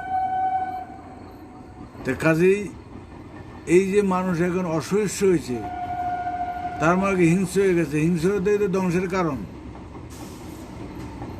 দুইটা পাগলা কুকুর থাকলে তো মারামারি হবে, দুইটা গরু ষাঁড় থাকলে তো মারামারি গুতাগুতি হবেই। তো হিংস্রতা হিংসের জন্ম দিবে। এই উভয় মানুষ হিংস্র হচ্ছে, উভয় দল হিংস্র হচ্ছে, তখন কেউ কারো সহ্য করবে না, মারামারি হবে, গন্ডগোল হবে। বাংলাদেশের শরীয় আইনের মধ্যে ঢুকে গেছে হিন্দুদের ভবিষ্যৎ খুবই খারাপ। শরীয় আইনে এখন ঢুকে না, ঢোকার দরকার। আমরা চাই শরীয় আইন হোক। ওইখানে 90-95% মুসলমানের মধ্যে ওরাও চাচ্ছে শরীয় আইনটা হোক, মানুষ শরীয় আইনের সুফলটা দেখুক, মানুষের ভালো হবে। সেই 18-20 কোটি মুসলমানের মধ্যে 1 কোটি হিন্দু নাই থাকলো, তো যদি 19 কোটির মানুষের শান্তি হয়, বৃহৎ স্বার্থে ক্ষুদ্র স্বার্থ ত্যাগ করতে হয়। 19 কোটি লোকের জন্য যদি 1 কোটি ধ্বংস হয়ে যায়, চলে যায়, যাক, তাতে কি হবে? অত চিন্তা করতে যুদ্ধ বিগ্রহ করতো না, যুদ্ধ বিগ্রহ হতো না। এই যে যুগে যুগে লড়াই হয়েছে, কুরুক্ষেত্রের যুদ্ধ হয়েছিল, কত লোক মারা গেল। রাম রাবণের যুদ্ধ হয়েছে, কত লোক মারা গেল। পৃথিবীতে যত যুদ্ধ হয়েছিল, কারবালার যুদ্ধ হইল, মারা গেল। এই যে কত যুদ্ধ হইল, কত দ্বন্দ্ব হইল পৃথিবীতে, এই যতগুলি বিপ্লব হয়েছে, লক্ষ লক্ষ মানুষ মারা গেছে।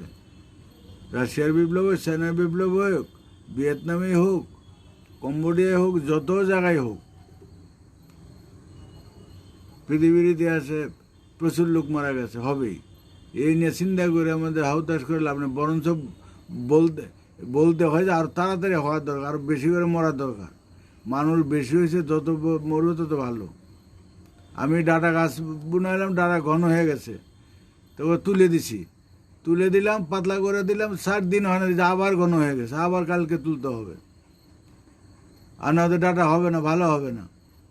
ডাটা ভালো করতে হলে আমাকে পাতলা করতেই হবে। তো মানুষের সুখ শান্তি আনতে হলে পরে মানুষ ঘন হয়েছে, মানুষ কমাতে হবে। তাই জোর যার মূল্য, তার যেখানে যারা জোর বেশি তারা নির্জোর দেরি করবে, কমাবে। সবলরাই তো বেঁচে থাকবে, দুর্বলরা মরবে, এটাই প্রকৃতির নিয়ম। আচ্ছা, বাংলাদেশের 80% মানুষ প্রচণ্ড ভারত বিদ্বেষী, বলুন। এটা তো একটু আগে বললাম, 80% মানে তার বেশি ভারত বিদ্বেষী। প্রকাশ্যে যখন আসছে সব ভারত বিদ্বেষী।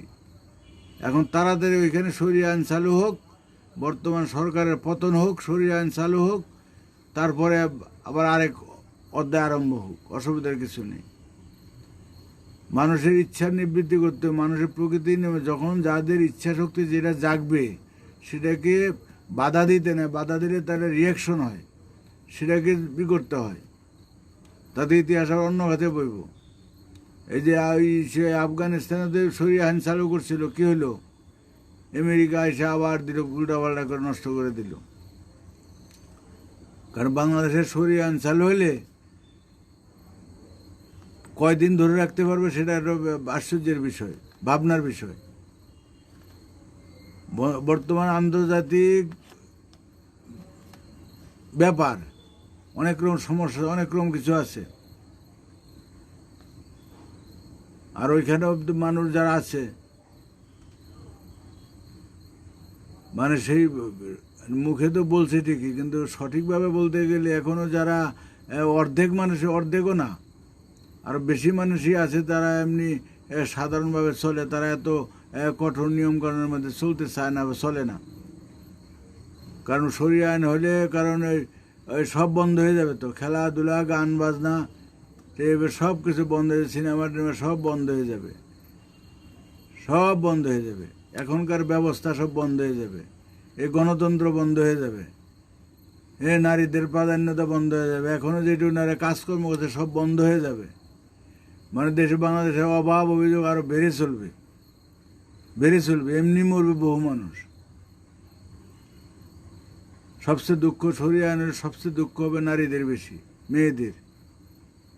তাদের কথা শোনার, তার দুঃখ শোনার যাওয়ার কোনো লোক থাকবে না। যদি লোক সংখ্যা, যে আরব কান্ট্রির মধ্যে লোক সংখ্যা অনেক কম আছে, তারা মোটামুটি চলছে। এই যে কুয়েতের লোক সংখ্যা, সব বিদেশি লোকরা গিয়ে ওদের চালাচ্ছে। আরব কান্ট্রি যে লোক সংখ্যা কম, কিন্তু বাংলাদেশের যা লোক সংখ্যা, সরিয়ে হোক 6 মাস পরে তার বুঝতে পারবে কত ধানে কত চাল। তখন হুজুরদের ফতোয়া আবার ঘুরে যাবে। পৃথিবীতে ধর্ম কি দরকার ছিল? ধর্ম দরকার ছিল, মানুষ ধর্ম নিয়ে আসছে, এক এক মহান আসছে, এক একটা মতবাদ দিছে সমাজের মানুষকে। আগে তোমার অজ্ঞ মূর্খ ছিল, ন্যাংটা ছিল, বর্বর ছিল, অশিক্ষিত ছিল, তাদের শিক্ষা আনার জন্য, তাদের এই শৃঙ্খলা আনার জন্য এক এক মহান এসে এক একটা মতবাদ দিয়েছে, ধর্মের নাম দিয়ে, কিছু নিয়মকানুন দিয়ে, ধারণা কল্পনা দিয়ে, কাল্পনিক একটা আল্লাহ খোদা গড ভগবানের নাম দিয়ে দিয়েছে মানুষের শৃঙ্খলা আনার জন্য। কিন্তু সেটা হয়ে গেছে হিতে বিপরীত হয়ে গেছে। এক ধর্ম আসলো, একজন পারলো না, আরেকজন আসলো, আরেকজন এসে আরেক রকম নাম দিল, আরেকজন আরেক। এখন নাকি 4,500 ধর্ম আছে, তো এরকমই দিয়েছে। তো এখন দিছে, এখন আবার মানুষের এতগুলো দেখার পরে না, আর ধর্মের দরকার নেই। এখন এক শ্রেণীর লোক আছে, তারা ওইটাই নিয়ে পড়ে আছে, যুক্তিবুদ্ধি জানছে না, কিছু বুঝছে না, জানতে চাচ্ছে না।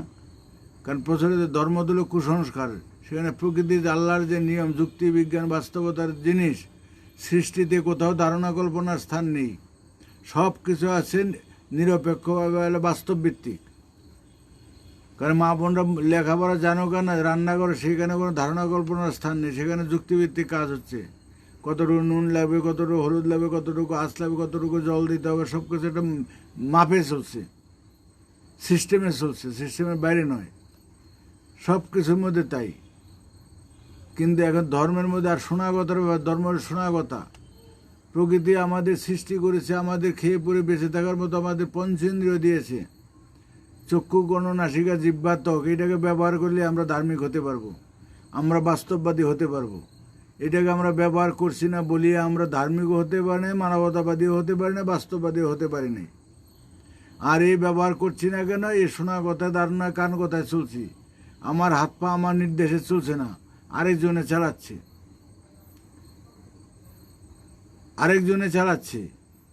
আমার কিতাবের নির্দেশে ছিল, কোনো গুরুর নির্দেশে, কোনো হুজুরের নির্দেশে, বাপ মার নির্দেশে চলছে। তাদের নির্দেশ যে সঠিক সে কী করে বুঝলাম? কোনো যুক্তি নেই, বিজ্ঞান নেই, কোনো কিছুই নেই, ব্যাঠিক। কারণ দেখা যায় শত শত হাজার হাজার বছর আগের যে ধর্ম মতবাদগুলি ছিল, ওগুলি তখন মানে অজ্ঞ ছিল, মূর্খ ছিল। তখনকার সব কথাই যে আমাদের সঠিক মানতে হবে আধুনিক যুগে আসে, এটা হলো অবৈজ্ঞানিক কথা। পরিবর্তনশীল জগতে সব কিছু মানতে হবে। আগের যা কিছু পরিবর্তন হয়ে গেছে, কিন্তু আমাদের ধর্ম পরিবর্তন করছে না। আগে যে আগে এই কালি ছিল, সেই কালি ছিল, ফাউন্টেন ফ্যান ছিল, বাদ। আগে এই যে আমরা এই টেলিফোন করতাম, টেলিফোন বাদ এখন। আগে টর্চ, আরে লাইট ছিল বাদ, গ্রামফোন ছিল বাদ, এই টেপ ছিল, ফিতা ছিল, এগুলি সব বাদ, ডিশ ছিল, এগুলি বাদ। অনেক কিছু বাদ হয়ে গেছে, বহু কিছু, কলকারখানায় বহু কিছু বাদ হয়ে গেছে। আগের যে যন্ত্রপাতিগুলি সব বাদ হয়ে গেছে, এখন নতুন নতুন সিস্টেম। এখন আমরা নতুনের পথে যাচ্ছি, কিন্তু আমাদের এই শত শত বৎসর, হাজার হাজার বছর আগের ধর্মীয় মতবাদগুলি, নিয়মগুলি, আগের মানুষের চিন্তা ভাবনা যা করেছে, এখনকার চিন্তা ভাবনা সম্পূর্ণ বিপরীত। অনেক পরিবর্তন, যেগুলি সঠিক সেগুলি রেখে কিছু কিছু পরিবর্তন করা, যুগের সাথে তাল মিলিয়ে চলা দরকার। যখন চলছে না, তখন সেটা প্রশ্নের সম্মুখীন হতে হবে, কিছু করার নেই। কেউ তো কিছু বলার উপায় নেই।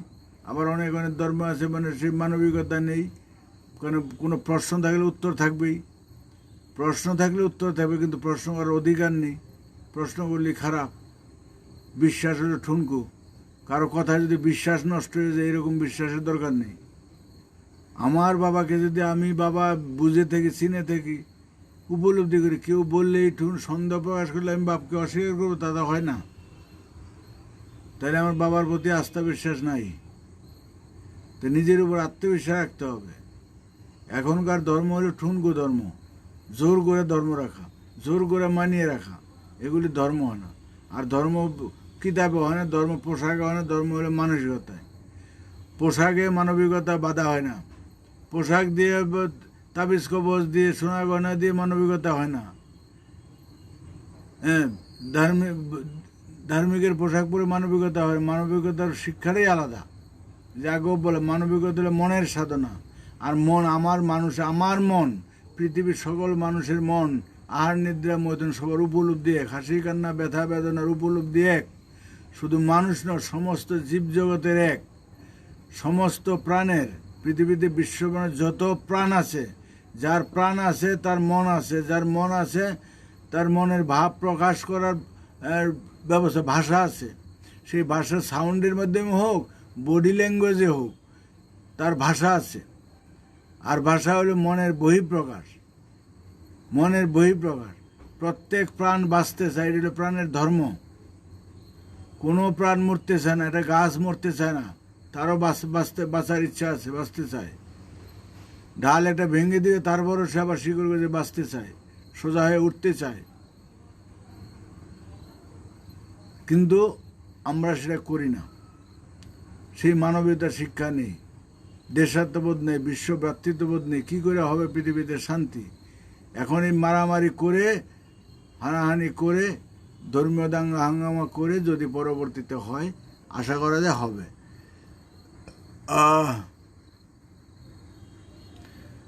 আমি মনে প্রাণে চাই বাংলাদেশ আফগানিস্তান হবে। আমি আপনার চাওয়া না চাওয়ার ব্যাপার নেই। তবে যেহেতু ওইখানে ওরা কথায় কথায় বলে ওরা 90-92% মুসলমান, তারা ওইখানে মুসলমানের শাসন হবে, ইসলামী শাসন হবে, শরিয়া আইন হবে, এটা হওয়ার দরকার। এতদিনে হওয়া উচিত ছিল, এতদিনে হওয়া উচিত ছিল, করেনি কেন জানি না। তো এবার দেখা যায়, হয় এবার হবে, আর না হয়তো একবারে মেস্ট হয়ে যাবে। দুইটার একটা হয়, দুইটার সম্ভাবনা আছে সামনে। হয় ইসলামের শাসন হবে, আর না হয়তো ওই ইসলামের চিন্তা ভাবনা ওইখানে এখন যে হিরি করছে এটা মেস্ট হয়ে যাবে। দুইটার একটা, এখন একটা চূড়ান্ত পর্যায়ে আসছে, দুইটা জায়গায় দাঁড়িয়ে আছে। কেউ চায় গণতন্ত্র, কেউ চায় ইসলামের শাসন। কোনটা যে হবে সেটা ওইখানকার মানুষ এখন ঠিক করে, পরিবেশ পরিস্থিতি যা হলে কোনোটাই খারাপ না, যা ঘটে ভালোর জন্য ঘটবে। শরীয়ত হলেও খারাপ নয়, ওই গণতন্ত্র হলেও খারাপ নয়। মানুষ যদি পরিবর্তন না হয়, যেই তন্ত্রই হোক, মানুষের মানসিকতা যদি পরিবর্তন হয়, মনের যদি পরিবর্তন হয়, সে শরীর আইনি হোক, আর গণতন্ত্রই হোক, আর একনায়তন্ত্রই হোক, আর মার্ক্সবাদী হোক, আর যাই হোক, মানুষগুলি তো এক। এই তো পরিবর্তন হবে না। যে গরু খায় সে যেইখানেই যাক, যাই গরু, সে সুযোগ পাইলে সে গরু খাবে। যে শুকর খায় যেইখানেই, যে শুকর পাবে। যে গাঁজা খায় যেইখানেই যাক, খুঁজবে গাঁজার কলকি কোথায় আছে। যে মদ খায় যেখানেই যাবে, সে মদ কোথায় খুঁজবে, যার যার ধান্দা করে নিবে। ও চিন্তা করে লাভ নেই। আমাদের আবার নিজের চিন্তা করেন আপনি কী করে নিজে পরিবর্তন হতে পারে। এখন সামনের দিন ভয়ঙ্কর, এসব নিয়ে বেশি সমালোচনা করলে গোসা হবে, রাগারাগি হবে, ভুল বুঝাবুঝি হবে, কারো সেন্টিমেন্টে লাগবে, আরও অন্যরকম। কার যা হবে না হবে হোক, আমার আপনার কিছু করার নেই। তা আমি চাই, আমার ইচ্ছা বেশিরভাগ মানুষ যেটা চায় সেটাই হোক। যেমন ভারতে যদি বেশিরভাগ মানুষ হিন্দু রাষ্ট্র চায়, এখানে হিন্দু রাষ্ট্র হোক। বাংলাদেশের জন্য বেশিরভাগ মানুষ ইসলাম আর শরীয়ত আইন চাচ্ছে, চাক, ওইখানেই হোক। তাই বাংলাদেশের চাওয়া যদি ভুল না হয়, ভারতের চাওয়াটাও ভুল হবে না। তারা যদি বাংলাদেশ যদি বলে যে না, এখানে আমাদের ইচ্ছা মতো চলতে হবে, হিন্দুরা যদি থাকে না, তো এখান থেকে চলে যাক, তারা কোথায় যাবে, ভারত চলে যাক। তাহলে ভারতের হিন্দুরাও বলুক, আমরা এইভাবে হিন্দু রাষ্ট্র করবো, এখানে নিয়মকানুন মাইনা যদি হিন্দু মুসলমানরা চলতে পারে, চলবে না তো ওরা কোথায় চলে যায় যাক। কারণ ধর্মের ভিত্তিতে ভাগ হয়েছে, পাকিস্তানে বলে ধর্মের ভিত্তিতে হয়েছে, বাংলাদেশ ধর্মের ভিত্তিতে আজও শোনা হয়েছে ধর্মের ভিত্তিতে ভাগ হয়েছে। তাহলে হিন্দু মুসলমান, তাহলে এখানে মুসলমান হয় পাকিস্তান চলে যাক, না বাংলাদেশ চলে যাক, ওই পাতারা করে তো লাভ নাই। আসলে আমাদের এখানে এই ভারতের হিন্দুরা হলো দুর্বল, বেশি মানবতা দেখিয়েছে, উদারতা দেখিয়েছে, তাই এসে ঘাড়ে ধরছে। তো সিন্দাবাদের বাণিজ্য গাহিনী বুঝছিলাম, ওই দৈত্য গাড়ি নিচে, গাড়ির থেকে নামে না, ঘাড়ে তার চাপিয়ে ধরছে, তো এখন আর নামাতে পারছে না। এ হবে একটা অন্যরকম ব্যাপার। তো যাক, এখনকার যারা সরকার আছে, যারা পার্টি আছে, বিশিষ্ট লোক আছে, যারা বুঝবে কি হবে, আমি যা হবে তার মধ্যে তো আমিও থাকবো। জাহাজ যদি ডুবে যায়, এটা আমার একার জন্য ডুববে না, আর মরলে সবাই মরবে। আচ্ছা প্রভাতচন্দ্র, কি ধর্মভিত্তিক দেশ হয়? কি ধর্মভিত্তিক দেশ হয় না, দেশের কোনো ধর্মভিত্তিক হয় না। কিন্তু এখনকার যে যুগ অনুপাতে ধর্মভিত্তিক হয় না। কিন্তু তাহলে আরব যদি ধর্মভিত্তিক হলো কেন? পাকিস্তান ধর্মভিত্তিক হলো কেন? আফগানিস্তান কেন ধর্মভিত্তিক হলো? এই যে হয়েছিল আরো পৃথিবীতে অনেকগুলি মুসলিম কেন ধর্মভিত্তিকই হলো? রাষ্ট্রের তো কোনো ধর্ম হয় না, রাষ্ট্র একটা ভূখণ্ড। রাষ্ট্রের নিয়ম হলো ধর্ম নিরপেক্ষতা। ওইখানে যা জাতি ধর্ম বর্ণ একটা মানুষ যদি থাকে, সমান অধিকার পাবে। নারী পুরুষ ছোট বড় জাতি ধর্ম সবাই সমান অধিকার, নিরপেক্ষ। সেই নিরপেক্ষতা তো নাই কোথাও, না কোনো রাষ্ট্রেও নাই, আমেরিকায় নাই, ভারতবর্ষ নাই। ভারতবর্ষে সবাইকে একরকম অধিকার পাচ্ছে না, মুখে অন্যরকম, বাস্তবে পাচ্ছে না। এখানে হিন্দুদের দ্বারা হিন্দুরা পদ্দলিত হচ্ছে, এখনো হচ্ছে। এই কালকে কবে দেখলাম, এটি দেখলাম, এটা নিচু জাতের হিন্দু কোন মন্দিরে গেছিল, তারা ধরে মেরে ফেলছে। বিভিন্ন রকম আছে, খবর আসে, এখন ভুয়া কি সঠিক জানি না, আপনারা দেখে থাকবেন এবং শুনিও নেতা দেয় না। আমাদের রাষ্ট্রপতি কোন মন্দিরে ঢুকতে গেছে, ঢুকতে দেয় নাই, সে জাতিগত কারণে, উমুককে তমুককে। তাহলে সেই কি এখানে ধর্মের ব্যাপার? সেখানে সরকার যদি কিছু না বলে, রাষ্ট্রের যদি ব্যবস্থা না তো করে, তা কিছু করার নেই আমাদের। এগুলি মানবতার কথা নয়। মন্দিরগুলি হচ্ছে মানবতা বিরোধী আখড়া। ওইখানে মানুষের, গরিব মানুষের কোনো উপকার হয় না। হ্যাঁ, হাজার হাজার কোটি টাকা ধন সম্পদ পড়ে আছে, ওইখানে মানুষ খেতে পাচ্ছে না, দেশের কোনো কাজে লাগছে না। কিছু পান্ডা ফান্ডা আছে, ওরা খাচ্ছে, দেদার ভর্তি করছে। ভারতে বহু মন্দির আছে, হাজার হাজার কোটি টাকা জমা হয়ে আছে, স্বর্ণ অলঙ্কার জমা হয়ে রয়েছে, ও পত্রপত্রিকা যা দেখা যায়। অথচ দেশের কোনো উপকারে আসছে না। বাংলাদেশও এক এক মসজিদে, বিভিন্ন দরগায় কোটি কোটি টাকা পড়ছে। ওই দিন এটা নেটে দেখলাম, সব জায়গায় তাই। তো এখন শুনেন, হয় কি না হয়, হচ্ছে তো। যখন ঝড় যেদিকে আসবে, সেদিকে ছাতা সেভাবে ধরতে হবে। উল্টা বিপরীত দলে ছাতা উল্টে নিয়ে চলে যাবে, আপনাকে শুদ্ধ নিয়ে চলে যাবে। সত্যিকারে যে ফর্মুলা আমরা বলি, এখন যেই ফর্মুলা চলছে পৃথিবীতে, কোনো ফর্মুলা সঠিক নয়। এখন যে ফর্মুলা চলছে, এই ফর্মুলা পৃথিবীতে কোনোদিন শান্তি হবে না। হ্যাঁ, ওই কোনো ফর্মুলার মধ্যে মানবতা নেই, কোনো নীতিতেই কোনো সঠিক নীতি নেই। কিন্তু আগামী দিন আমরা যেই কথা বলছি, প্রকৃতির ফর্মুলা যদি আসে তবেই হবে শান্তি, এছাড়া শান্তি হবে না। এখন যদি সেই যে বলে ধর্ম বাদ দিয়া বাস্তবতা সংগঠন করবে, তাতেও শান্তি হবে না। ফর্মুলা যদি না পরিবর্তন হবে না। এখন যারা বাস্তববাদী মানববাদী সংগঠন, বাস্তববাদী, তাদের কি সংবিধান আছে? সংবিধান নাই, হবে না। তাদের মধ্যে বৈষম্য আছে, তাদের মধ্যে পক্ষপাতী, তাদের মধ্যে অমানবিকতা আছে, মারামারি গণ্ডগোল আছে, বিদ্বেষ আছে, সব দেশে আছে, সব রাষ্ট্রে আছে।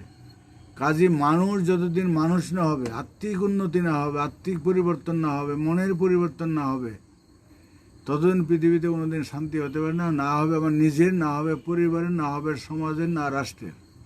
আর রাষ্ট্রের করতে গেলে ব্যক্তিগতভাবে আমি হয়তো ভালো থাকতে পারি কিছুটা, কিন্তু রাষ্ট্রীয়ভাবে থাকতে গেলে আমাকে রাষ্ট্র ব্যবস্থাটা সেরকম হওয়া চাই।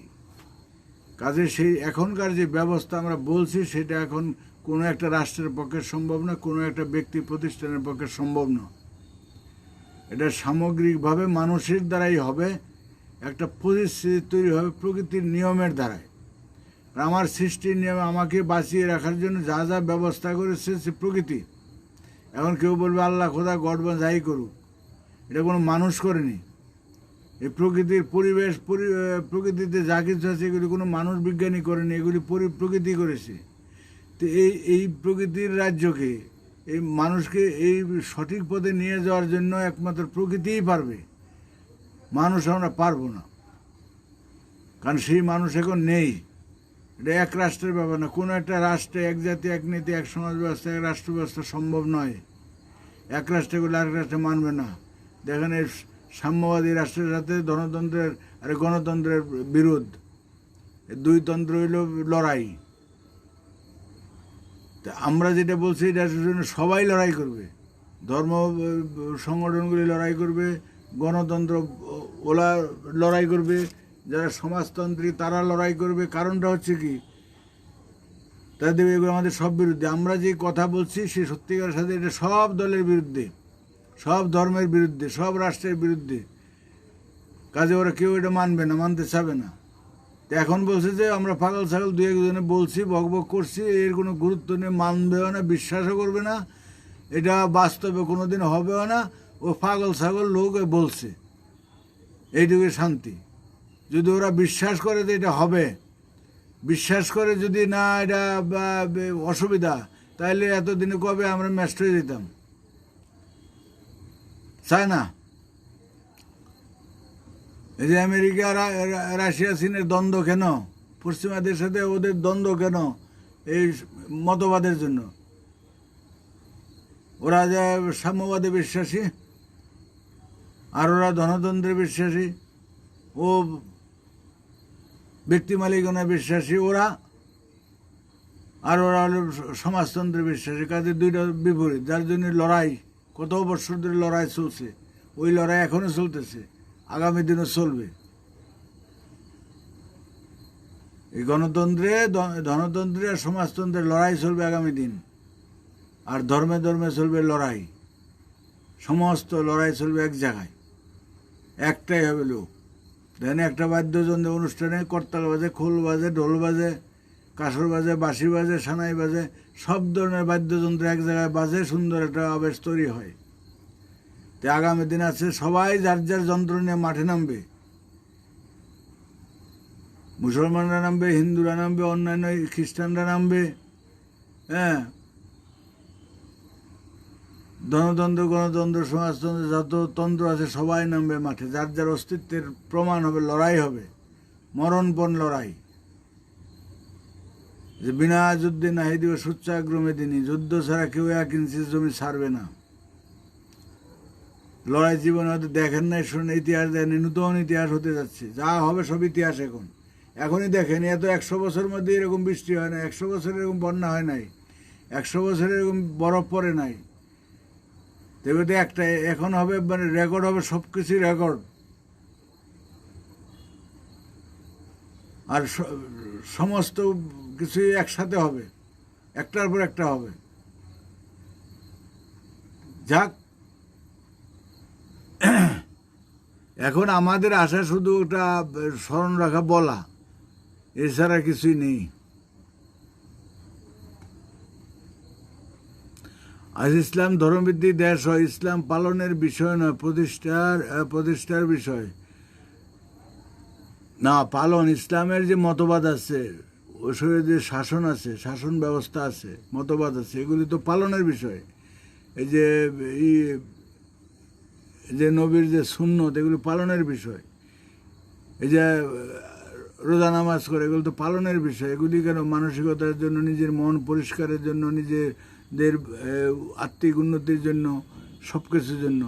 তারপর তাদের মধ্যে আবার আরেকটা চিন্তা ভাবনা আছে, অনেকের মধ্যে আছে যেমন ভবিষ্যৎ, ওরা বেহেশত বলে, অনেকে স্বর্গ বলে, অনেকে অনেক ধরনের নাম দিচ্ছে, এটা কাল্পনিক বিষয় আছে, এই বিষয়গুলি আছে।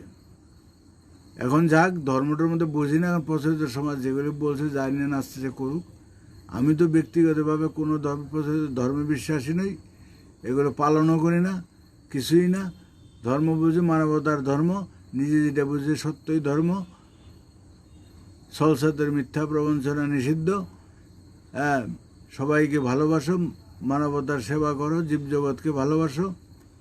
মানুষের কোনো, আমার দ্বারা আমি উপকার করতে না পারি, দুঃখ না পাই, আরে দুঃখ নয়, কিন্তু আমার দ্বারা যেন কারো কোনো ক্ষতি না হয়, একটা প্রাণীর, একটা কীটপতঙ্গের যেন ক্ষতি না হয় আমার জ্ঞানত। ক্ষতি তো হবেই, একে অপরকে বেড়ে আছে, কিন্তু আমি আমার বেখেয়ালে বা আমার ইচ্ছা করে বিদ্বেষবশত কৌতুকবশত কারো ক্ষতি করাটা ঠিক নয়, আমি যেটা বুঝেছি। আর খেয়ে পরে বেঁচে থাকার জন্য এমন কিছু লাগে না, এত হাউতাস করার, এত বাড়ি গাড়ি এত কিছু করার দরকার পড়ে না। যত টাকা পয়সা হবে তত অশান্তি বাড়বে, যত বাড়ি গাড়ি হবে তত শত্রু, এগুলো শত্রু। যত বড় তালা লাগাবে তত ডাকাত চোর শত্রুর নজর পড়বে। কাজের সাথে ন্যাংটার বাটপারে ভয় থাকে না, ন্যাংটার বাটপারে ভয় থাকে না। সহজ সরলভাবে থাকো, ন্যাংটা হয়ে থাকো, কোনো অসুবিধা নেই। এটাই চাই, মানুষ জাগুক, জাগবে। ও আমার আপনার কথা, পরিস্থিতি জাগবে। এই যে গ্রাম বাংলায় একটা কথা আছে, নূতন মেয়ের বাচ্চা হবে, তখন এটা দিন গুনতেছে, তা মেয়ে তো কোনোদিন বাচ্চা হয়নি, তো মাকে বলে যে মা, আম্মা, আমার যখন বাচ্চা হবে আমাকে জাগায় দিও, ওদের ঘুমায় জাগায় দিও। তো মা বলে যে আমার জাগাতে হবে না, তোর চিৎকারই পাড়ার মানুষ জাগবে। মা তো জানে এর ব্যাপারটা কি, আর মেয়ে তো কোনো দিন হয়নি, ও সেই অনুভবটা করতে পারছে না। তো এখন যখন ওই চিৎকারে পাড়ার মানুষ, যখন যার যার ব্যথা উঠবে, তখন সবার ব্যথা উঠে যাবে, তখন কোনো করার নেই, তখনই মানুষ জাগবে। এখন বললে হবে না, যার যা নিজের উপরে। পাশের বাড়িতে ডাকাত পড়লো, চিৎকার চেঁচামেচি করছে, বাড়ি থেকে বেরোতে গেলে বাড়ির লোক সাহেব, হ্যাঁ তুমি যাও না, দরকার না, তোমার তো হচ্ছে না। কিন্তু নিজের বাড়িতে হলে তখন হাউতাস করবে, মানুষের ডাকবে, কেউ আসবে না। দেখা সবার উপরে যখন হবে তখন আর কোনো ব্যাপার নেই। এখন বিপদ আসে সবার উপরে আসবে, কোনো ব্যক্তি বিশেষের আসবে না,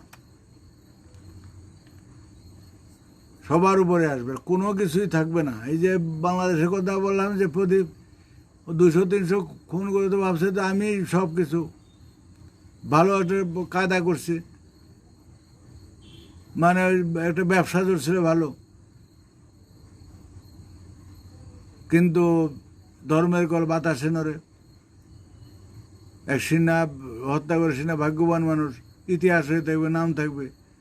এই সরকার পরিবর্তন হলে, এদের ফাঁসি হলে, এদের দেখা দেখি আরও কিছু লোকের যখন হবে, তখন একটা ঘটনা হবে যে ওর জন্যই, এই সিনহার জন্যই এই ঘটনাগুলি ঘটছিল। আরও তো 200 লোক মারা গেছে, কই সেগুলি সেরকম না, তাদের নিয়ে কোনো আলোড়ন হয়নি। তো সিনহা একটা ব্যক্তিরা ভালো মানুষ, সমাজ সচেতন, তার জীবনের বিনিময়ে, তার রক্তের বিনিময়ে এটা জাগরণ হলো। এই যে এক একটা ইতিহাস, বিপ্লবের ইতিহাস, বিপ্লবে তো অনেক রক্ত দেয়, সবার নাম ওঠে না, কয়েকজনের নাম আসে, যেগুলির বিনিময়ে আরও জাগে বেশি। এটা একটা দিক। আচ্ছা যাক, তো অনেক কথা বললাম, আমার মনে হয় টাইম বেশি হয়ে গেছে, রাখছি। ভালো থাকবেন আপনারা।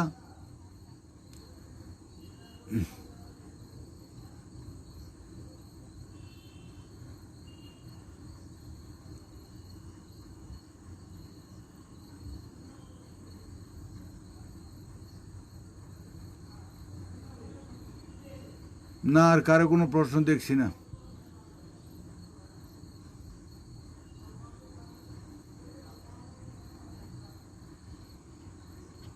না, বিশ্বজিৎবাবু কোনো প্রশ্ন আছে?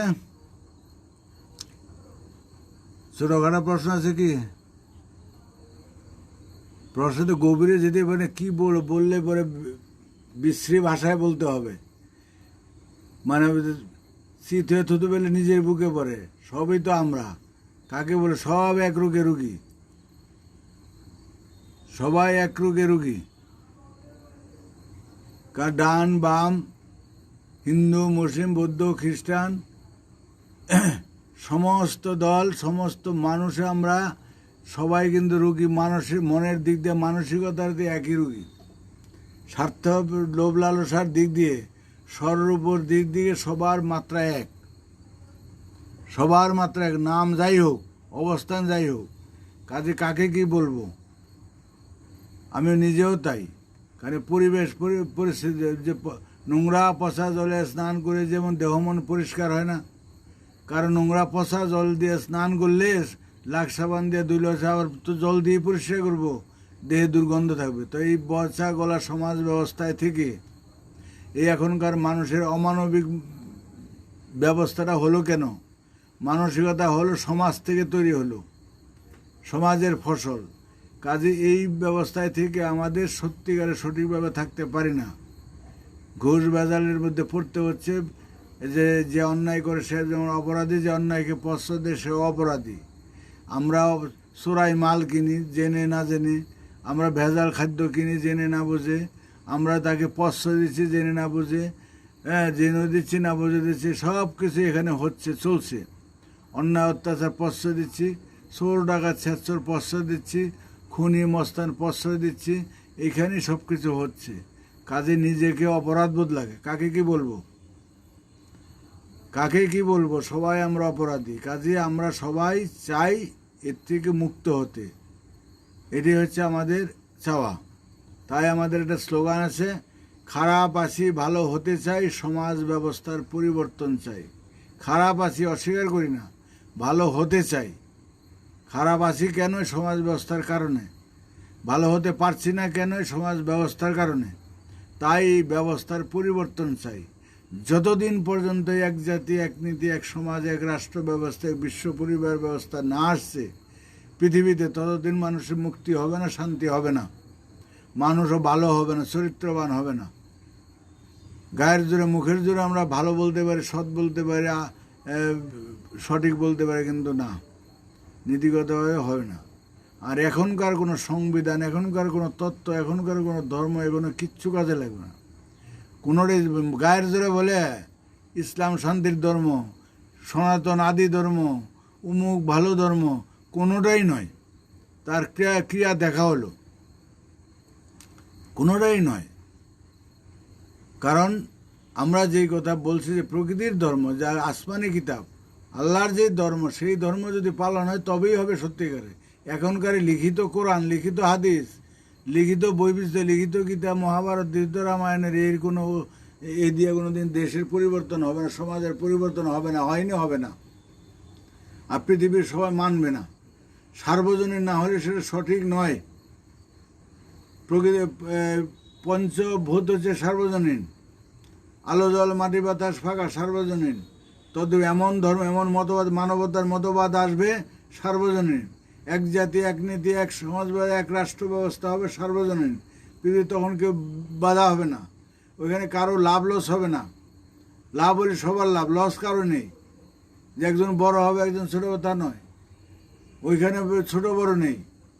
সেই ব্যবস্থাটা যখন আসবে তখন মানুষের মধ্যে আর কোনো বৈষম্য থাকবে না। জন্মগ্রহণ করেই মানুষ মহান হয়ে যাবে, তবজব করতে হবে না। কত সুবিধা, কত সুবিধা। আমাদের যখন যে আমাদের যে খাদ্য বস্ত্র আশ্রয় চিকিৎসা শিক্ষা এর জন্য কোনো দাবি করতে, সব এ শুধু এই নয়, যাবতীয় সমস্যা মরার পর পর্যন্ত, মরে যাওয়ার পর পর্যন্ত যাবতীয় কাজ, যাবতীয় সমস্যা আমাদের সবাই দেবে, নিরপেক্ষ, সবার সমান। রাষ্ট্রপতি মূল্যে যে অবস্থা হবে, একটা চাষি শ্রমিক মূল্যে সে একই অবস্থা। এমন নয় যে ওদের চন্দন কাঠ দিয়ে পড়াবে আর ওদের নিয়ে ডিলতে জলে ফেলে দিবে, ওদের এই করতে না। সবার ব্যবস্থা একরকম, চিকিৎসা সবার এক জায়গায় হবে, এক জায়গায় হবে। এখানে কোনো বৈষম্য থাকবে না। কাজে ওই ব্যবস্থাটা হচ্ছে সবচেয়ে ভালো ব্যবস্থা। আর যদি কারো দ্বন্দ্ব থাকে, সামনে আসবেন, বলবেন, আপনার মতবাদ তুলে ধরবেন, আর একটা একটা করে খণ্ডন করে দেব। যে কোনো দলের মতবাদ, যে কোনো রাষ্ট্রের মতো, যে কোনো সংবিধান সব তুলে ধরবেন, কোনটার মধ্যে কী উদ্দেশ্য বলে দেব। মানবতা নেই, বাস্তবতা এত বছর ধরে দেখলাম হচ্ছে না, কোনো দেশে শান্তি নেই, বৈষম্য দূর হয়নি কোনো দেশে। উঁচু নিচু ভিখারি সব দেশে আছে, মারদাঙ্গা খুনোখুনি আছে, অস্ত্রের প্রতিযোগিতা আছে। এই অস্ত্রের প্রতিযোগিতা মানে তো মানুষ মারার জন্য, তো পাখি মারার জন্য, পাখি মারতে গেলে তো ঠিক না। তো কাজেই এগুলি বলে কোনো লাভ নেই। আপনারা ভালো থাকবেন। শুভরাত্রি। আবার যদি সম্ভব হয় হয়তো কাল পরশু আসবো।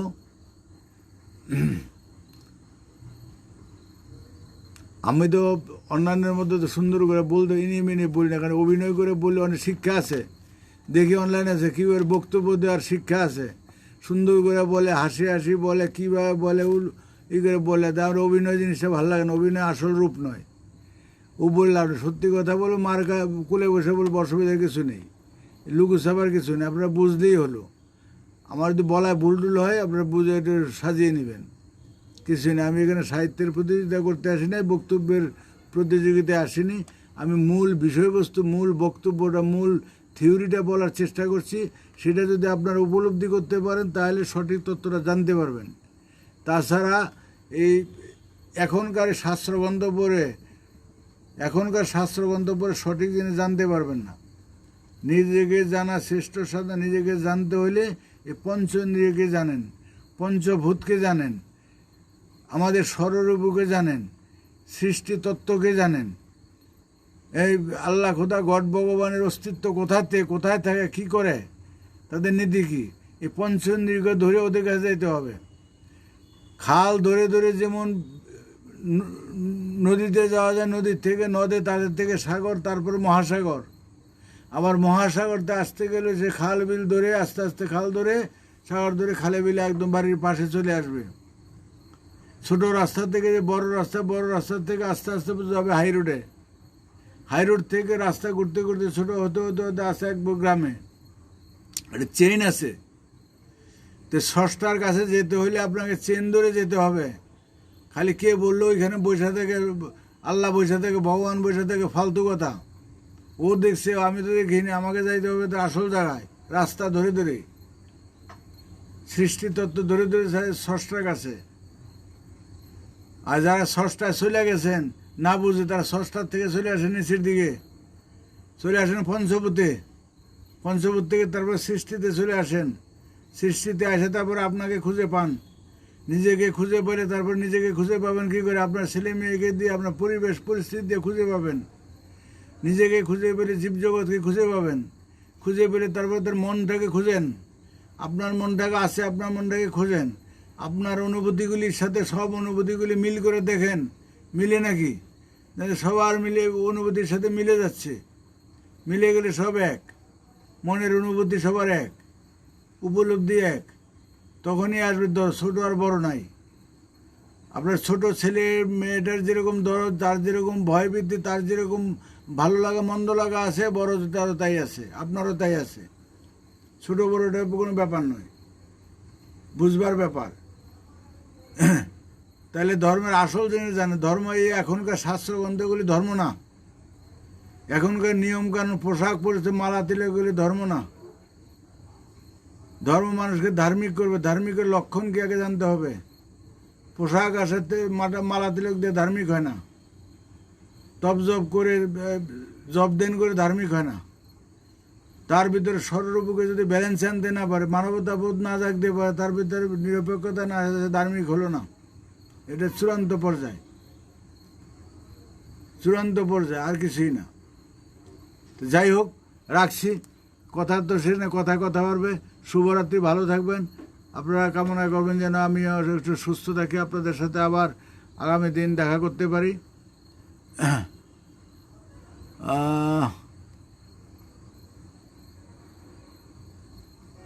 আচ্ছা, ভালো থাকবেন। শুভরাত্রি।